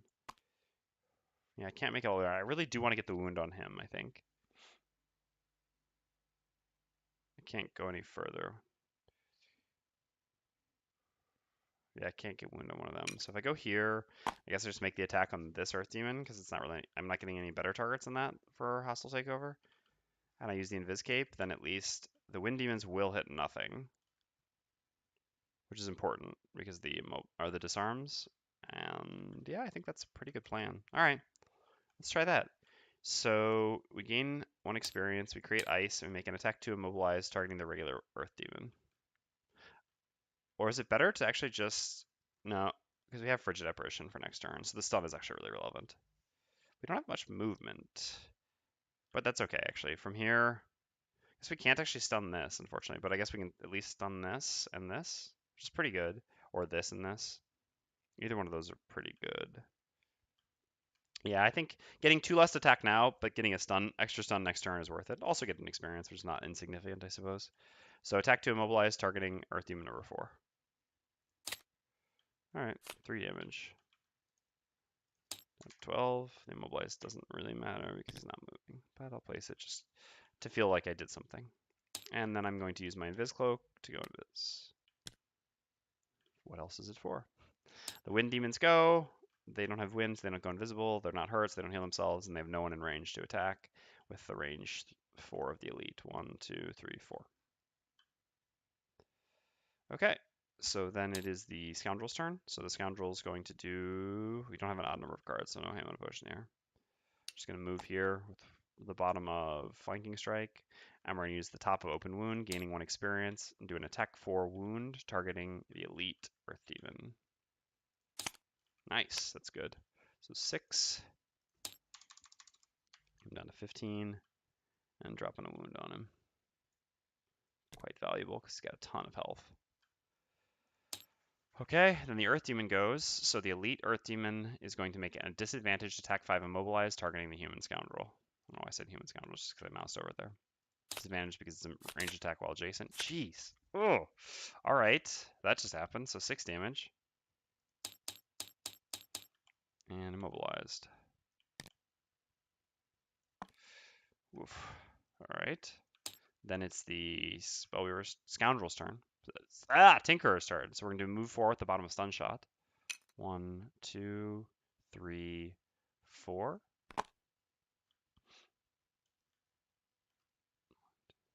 Oh, wait. The regular... Oh, God. The regular Earth Demon was supposed to attack the Scoundrel as well. That's awful. Okay.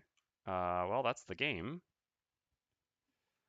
I didn't even notice this. I should have actually lost a card on that first attack then, since it was a 6. Otherwise, I would have had to lose 1 even on a +0 here. Now I have to lose 1 with 2 less life. I mean, lose 2 cards. I guess I kind of had to hope. Hope against hope or something like that. Well, guess we're getting rid of this. And this is probably not very good anytime soon. Jeez. Yeah, well, just managed to lose the scenario there. I mean, jeez, that's so bad. I guess the +1, I don't know. We probably shouldn't have gone up. It was just taking too much damage.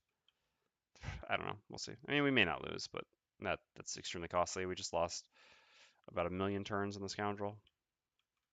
So where do I place this summon? Gain 2 experience. Activate this. It has 2 movement, 2 attack, and 6 health. So if I place it here, then it'll be able to go here and attack. Yeah, sure.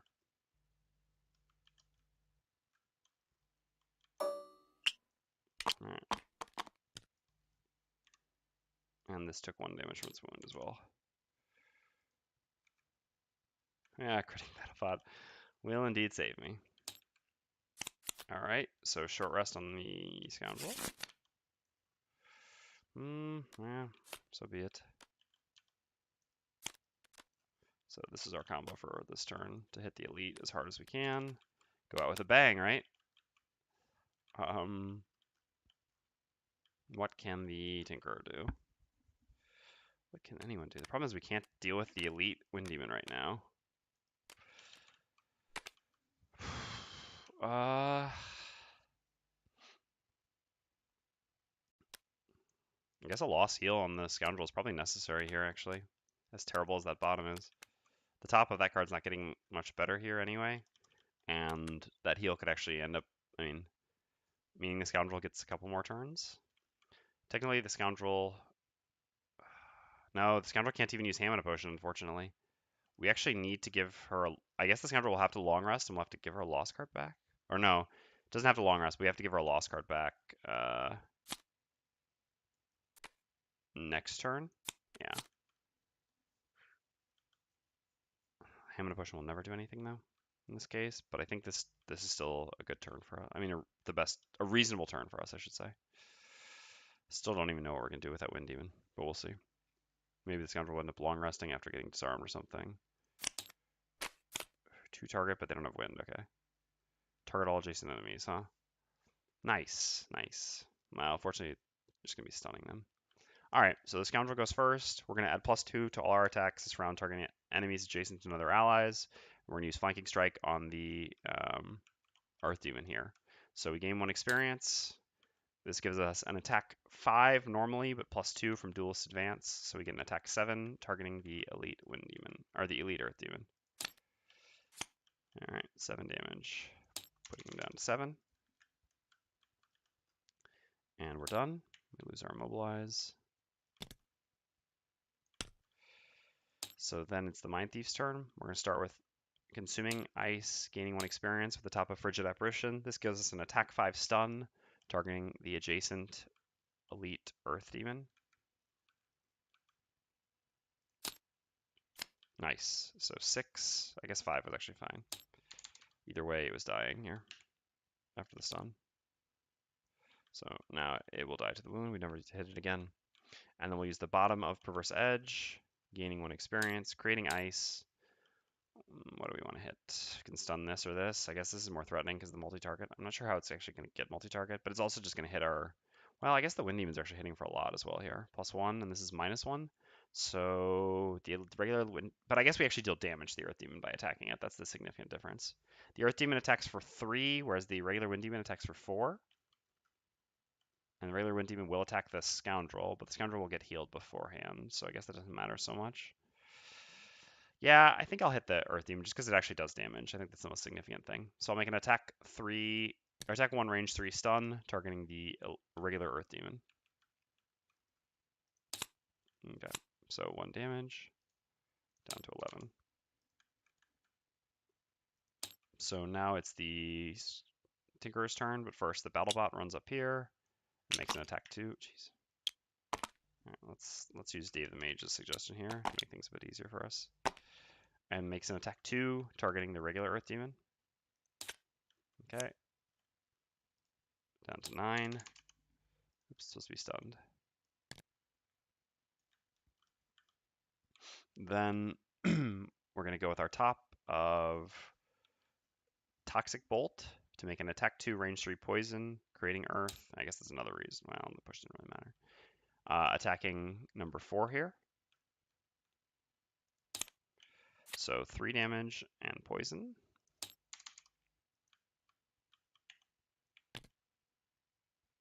Should hopefully help the BattleBot take it down.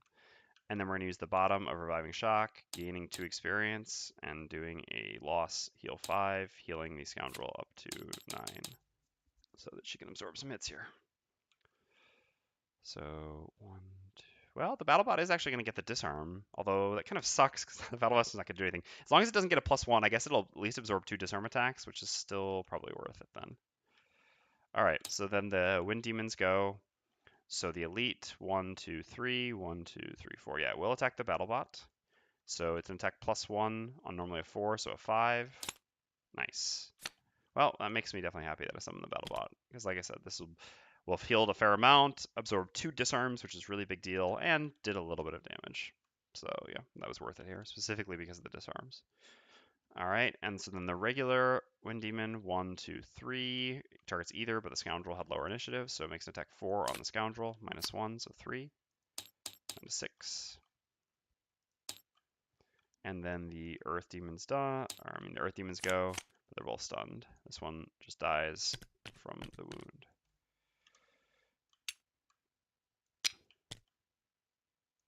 Was our mana thing? Oh, overkill. I don't think we've done that. And this one just loses the stun. Okay. So the Scoundrel, I guess, if we short rest, we guess we can go kill that, which is kind of valuable. And then we tank a disarm attack as well, which is also kind of valuable because then we can long rest the following turn. Sure. Let's do it. All right, perfect.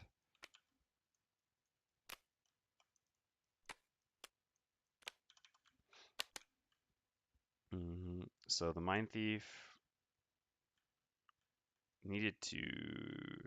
No, I guess we haven't had a chance to hammer the potion. That's okay, though. So short rest. Cranium Overload lets us execute the elite, the regular. I think that's probably more valuable than... No, that's not more valuable, because we have Frigid Apparition here, which is pretty important. But can we actually... We don't actually have boots. So without that, I guess we're not really doing anything. No? Yeah, alright. Guess we gotta reroll. Alright, at least it wasn't Frigid Apparition. Better Perverse Edge here, actually. Alright, and then the Tinker, short rest as well. Sure. Not sure what beat this scenario. It's going to be close. That Elite Wind Demon might just be too difficult for us to take down with this number of cards left, which is pretty crazy that a single enemy can be that difficult, but God, Elite Wind Demons are really just... I have very strong feelings about them. Alright, well, we're going to run over to the Elite Wind Demon and stun it this turn. That's for sure what we should be doing. Oh, then I guess the Scoundrel's not tanking the disarm attack. So I guess it's actually maybe better if we... Oh, because if it like goes invisible or just... I guess it doesn't have wind. It can't go invisible. Yeah. So if I go after it, then the Scoundrel at least takes the disarm attack, and the Scoundrel can just long rest next turn, which I want the Scoundrel to do anyway. So that actually works quite well. So if I go later, and then it'll be stunned for the next turn, so I have a turn off of having to worry about it. So the Tinker needs to, I think, use Stamina Booster. So let's see. If we lose a card here, it costs us 2 turns personally, and it only gives the Scoundrel... Let's see. If we give the Scoundrel back 1 lost card and the Scoundrel long rest, yeah, it only gives the Scoundrel back 1 turn, actually.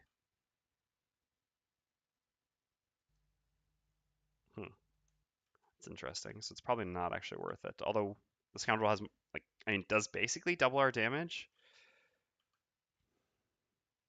There's also Volatile Concoction to consider. Be nice to give the Mindthief some cards back. I guess if we give him a card back, then the following turn he can Hamina and get another card back and get it 1 more turn. That's better than nothing. This should be killed by the Scoundrel no matter what. So what do we need to do? I guess going and poisoning. I guess we just need to move this turn then. And either stun or poison the... I mean, do one of these things.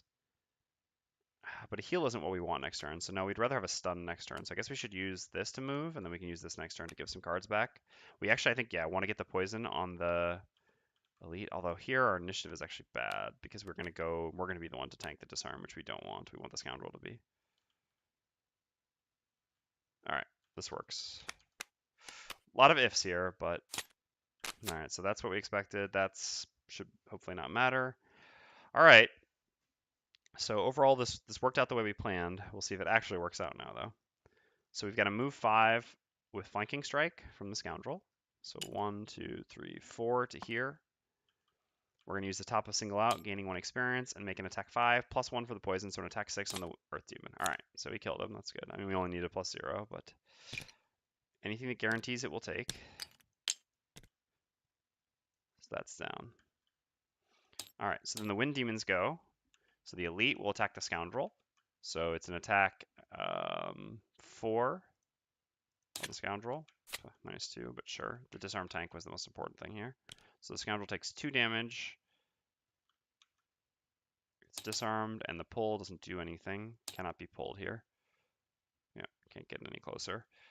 But does Great Wind. Okay, I think we can still make it. So, oops, no, there's still the other regular Wind Demon to go, who will attack the Mindthief. So an attack 3 on the Mindthief. Alright, that's nice. Mindthief also gets pulled 1 though. Okay. Earth Demons are eliminated. Oops, well, yeah, anyway. But it is the Mindthief's turn. So the Mindthief is going to do move 5 with Cranium Overload. We can actually get this back now, and we can execute the regular. Alright, so we're going to use the bottom of Cranium Overload as a generic move 2, using the Minor Hamina Potion. Since we got pulled 1, we actually are fine now. We can just use a generic move to get next to the Wind Demon, which allows us to get Cranium Overload back. This is an odd number of cards right now, but again, we should be getting Volatile Concoction from the Tinkerer, and then this, like I said, it'll actually just allow us to outright kill the regular, so then there'll only be this left. But our spot here sucks. No, it's okay, because this will actually move 1 this turn, but can't attack, and then the following turn can move and attack. Alright, perfect. Yeah, so it's good. So then we'll go there using a generic move 2, like I said, and then we're going to use the top of Frigid Apparition, consuming the ice, gaining 1 experience. So this will give us an attack 5 stun, targeting the Elite Ice Demon, or Wind Demon, sorry. So this does 3 damage, gives us 2 shield, and stuns it, so we can ignore it the next turn. Screw you and your disarms. Alright, so then we have a generic move 2 Oh, no, sorry. First, like I said, the summon just moves to here because its focus is still 1, 2, 3 versus 1, 2, 3, 1, 2, 3, 1, 2, 3. But this one is lower in initiative order, and I think closer in proximity, actually, right? Yes, and proximity. All right, so just moves there, loses the disarm. Then the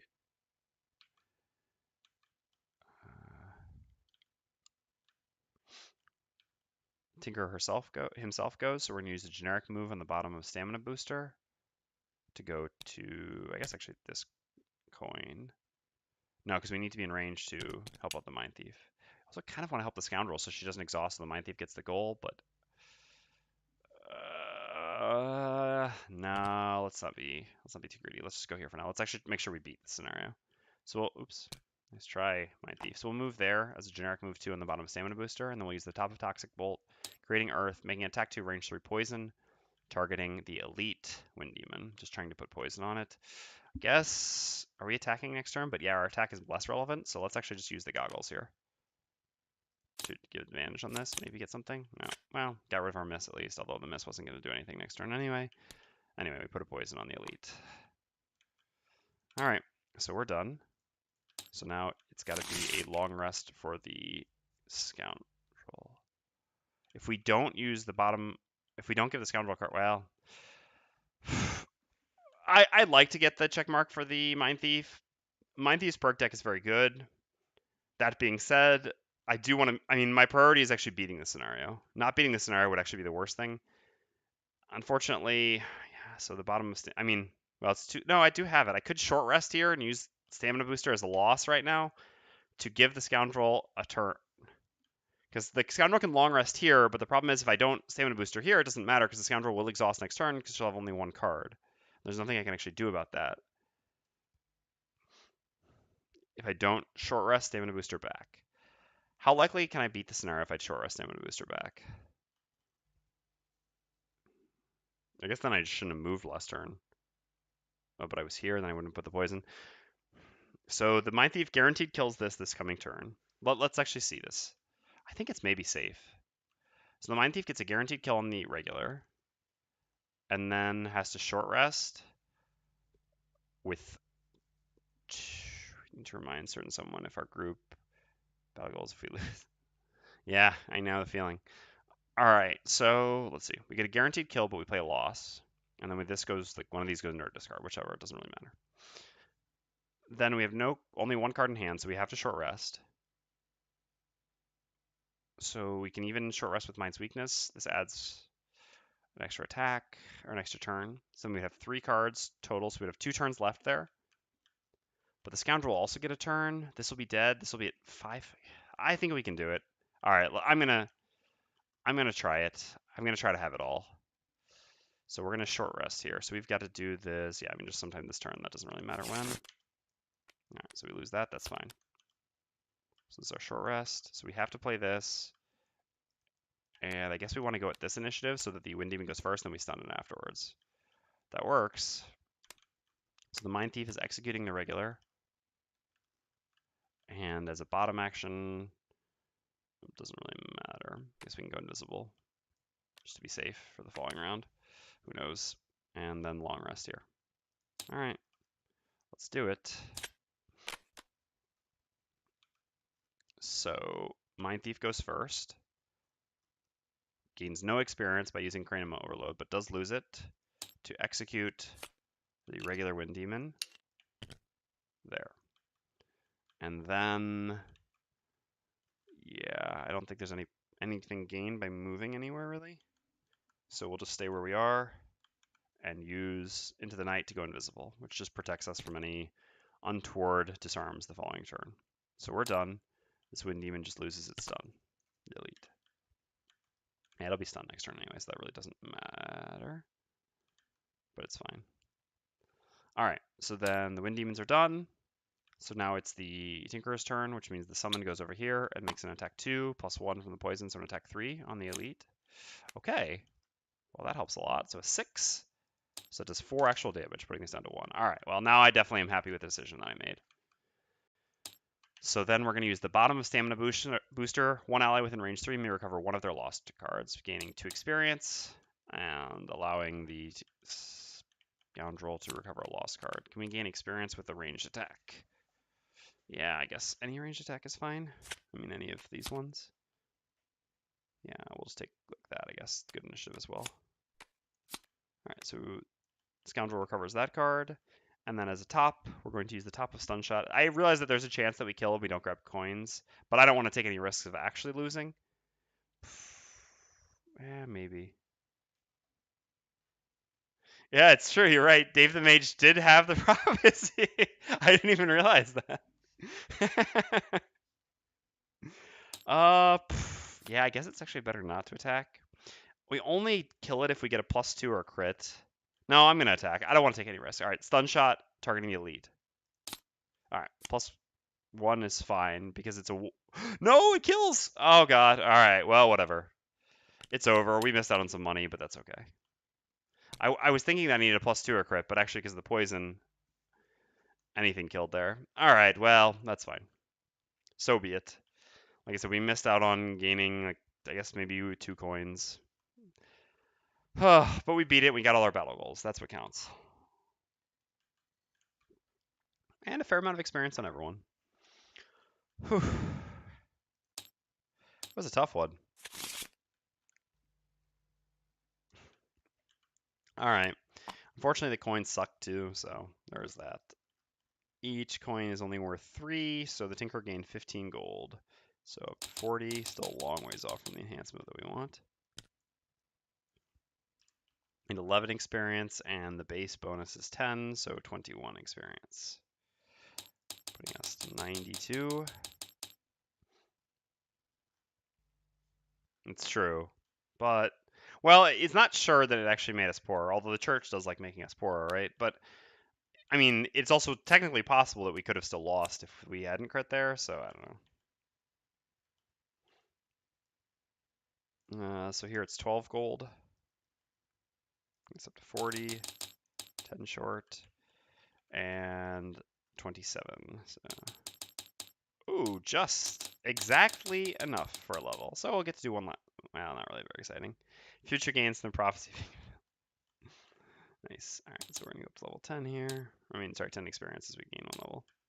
Oh yeah, we never actually got our check mark, but that's also the ones I care the least about. These matter more. We gained a check mark, and we gained a check mark. Just barely getting 13 actually.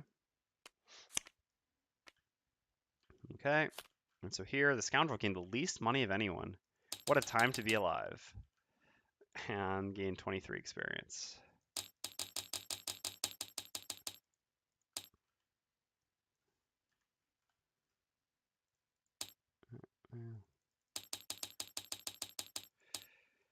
Whew.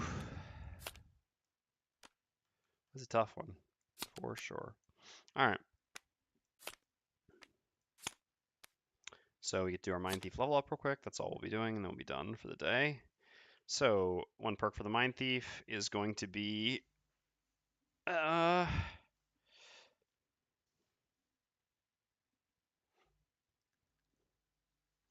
think it's +2 ices I want most now. I think I want to go +2 ices, then remove 4 +0s, then replacing +1s with +2s. Yeah. So let's gain 1 +2 ice.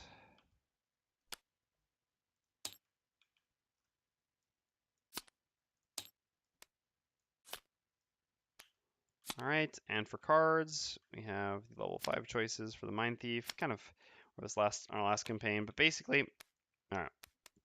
So Mass Hysteria is a pretty easy choice. The bottom of Mass Hysteria is relevant on some boss fights. Outside of that, it's not super relevant. It's not very practical to try to keep 2 augments up, but again, it can be helpful in boss fights, and I've been relatively happy with it when I played it on boss fights. Outside of boss fights, in 4-player, the top of Mass Hysteria is great. In 2-player, the top of Mass Hysteria is pretty poor.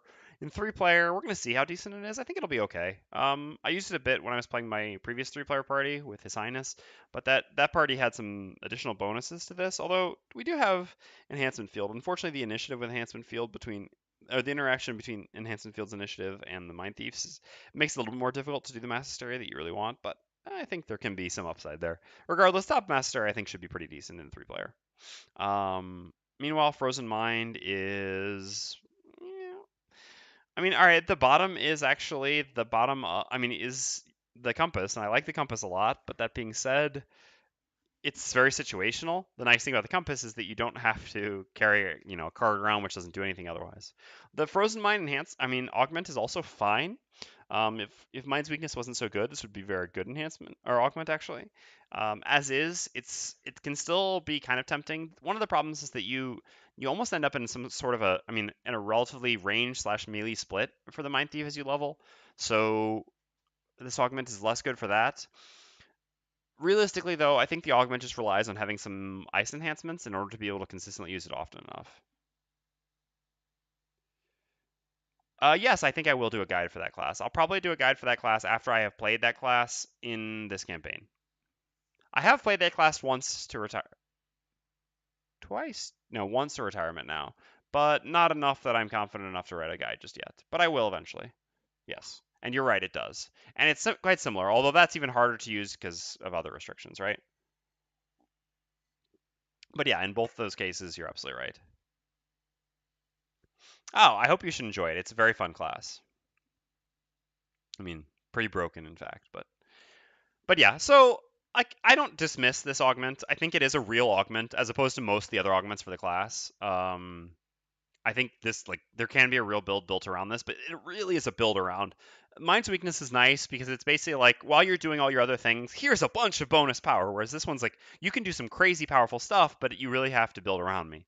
And for that reason, I'm a little bit less tempted by this without enhancements. I think it would be interesting to do a build for this, but that's not our immediate future. Like I said, it would require some prior playing of the class and setting it up to do that build. Whereas Mass Hysteria is just a nice card that slots in immediately and has a very nice effect. All right, so that is us. That is everything we had to do. Oh yeah, we actually this is not casual. This was campaign, although I guess we didn't. I think this scenario gives nothing yet.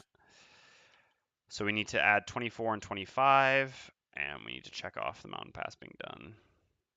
Oops. All right. So that's it.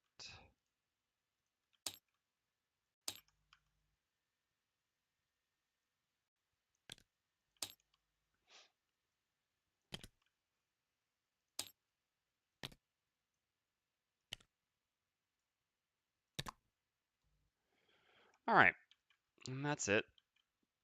So as I said earlier, this week and next week are going to be tough, without a doubt. I mean, I'm not going to be able to stream as much as I would like to, simply because of family and friends commitments, because of the holidays related stuff. So tomorrow I will be streaming at the usual time of 4 p.m. my time. The stream will be a short stream though. The maximum time I can stream is about 4 to 4.5 hours. So the goal will just be to do one scenario, and that'll be it.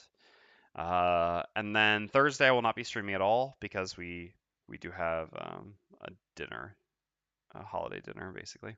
And then the following week it'll be not exactly the same thing, but the following week I'll be streaming Monday and Tuesday, and then I will not be streaming on Thursday. I am going to try to do custom class testing this weekend as well with Themris. I haven't figured out the time just yet. I'll try to talk to him hopefully before I stream tomorrow so that I can give everyone a heads up for when that'll be. But yeah, I mean, if you're normally someone who comes a bit later, so you won't make it there in time tomorrow because we'll be stopping a bit early. Otherwise, have a great week or great weekend. Great weekend, great weekend. But yeah, I hope to see some of you tomorrow, and otherwise, I'll be back the following Monday. If I don't make it to do something on this weekend, some custom class testing. Yeah, so that's about it. Take care, everyone, and thank you very much for tuning in, and I will see you all soon.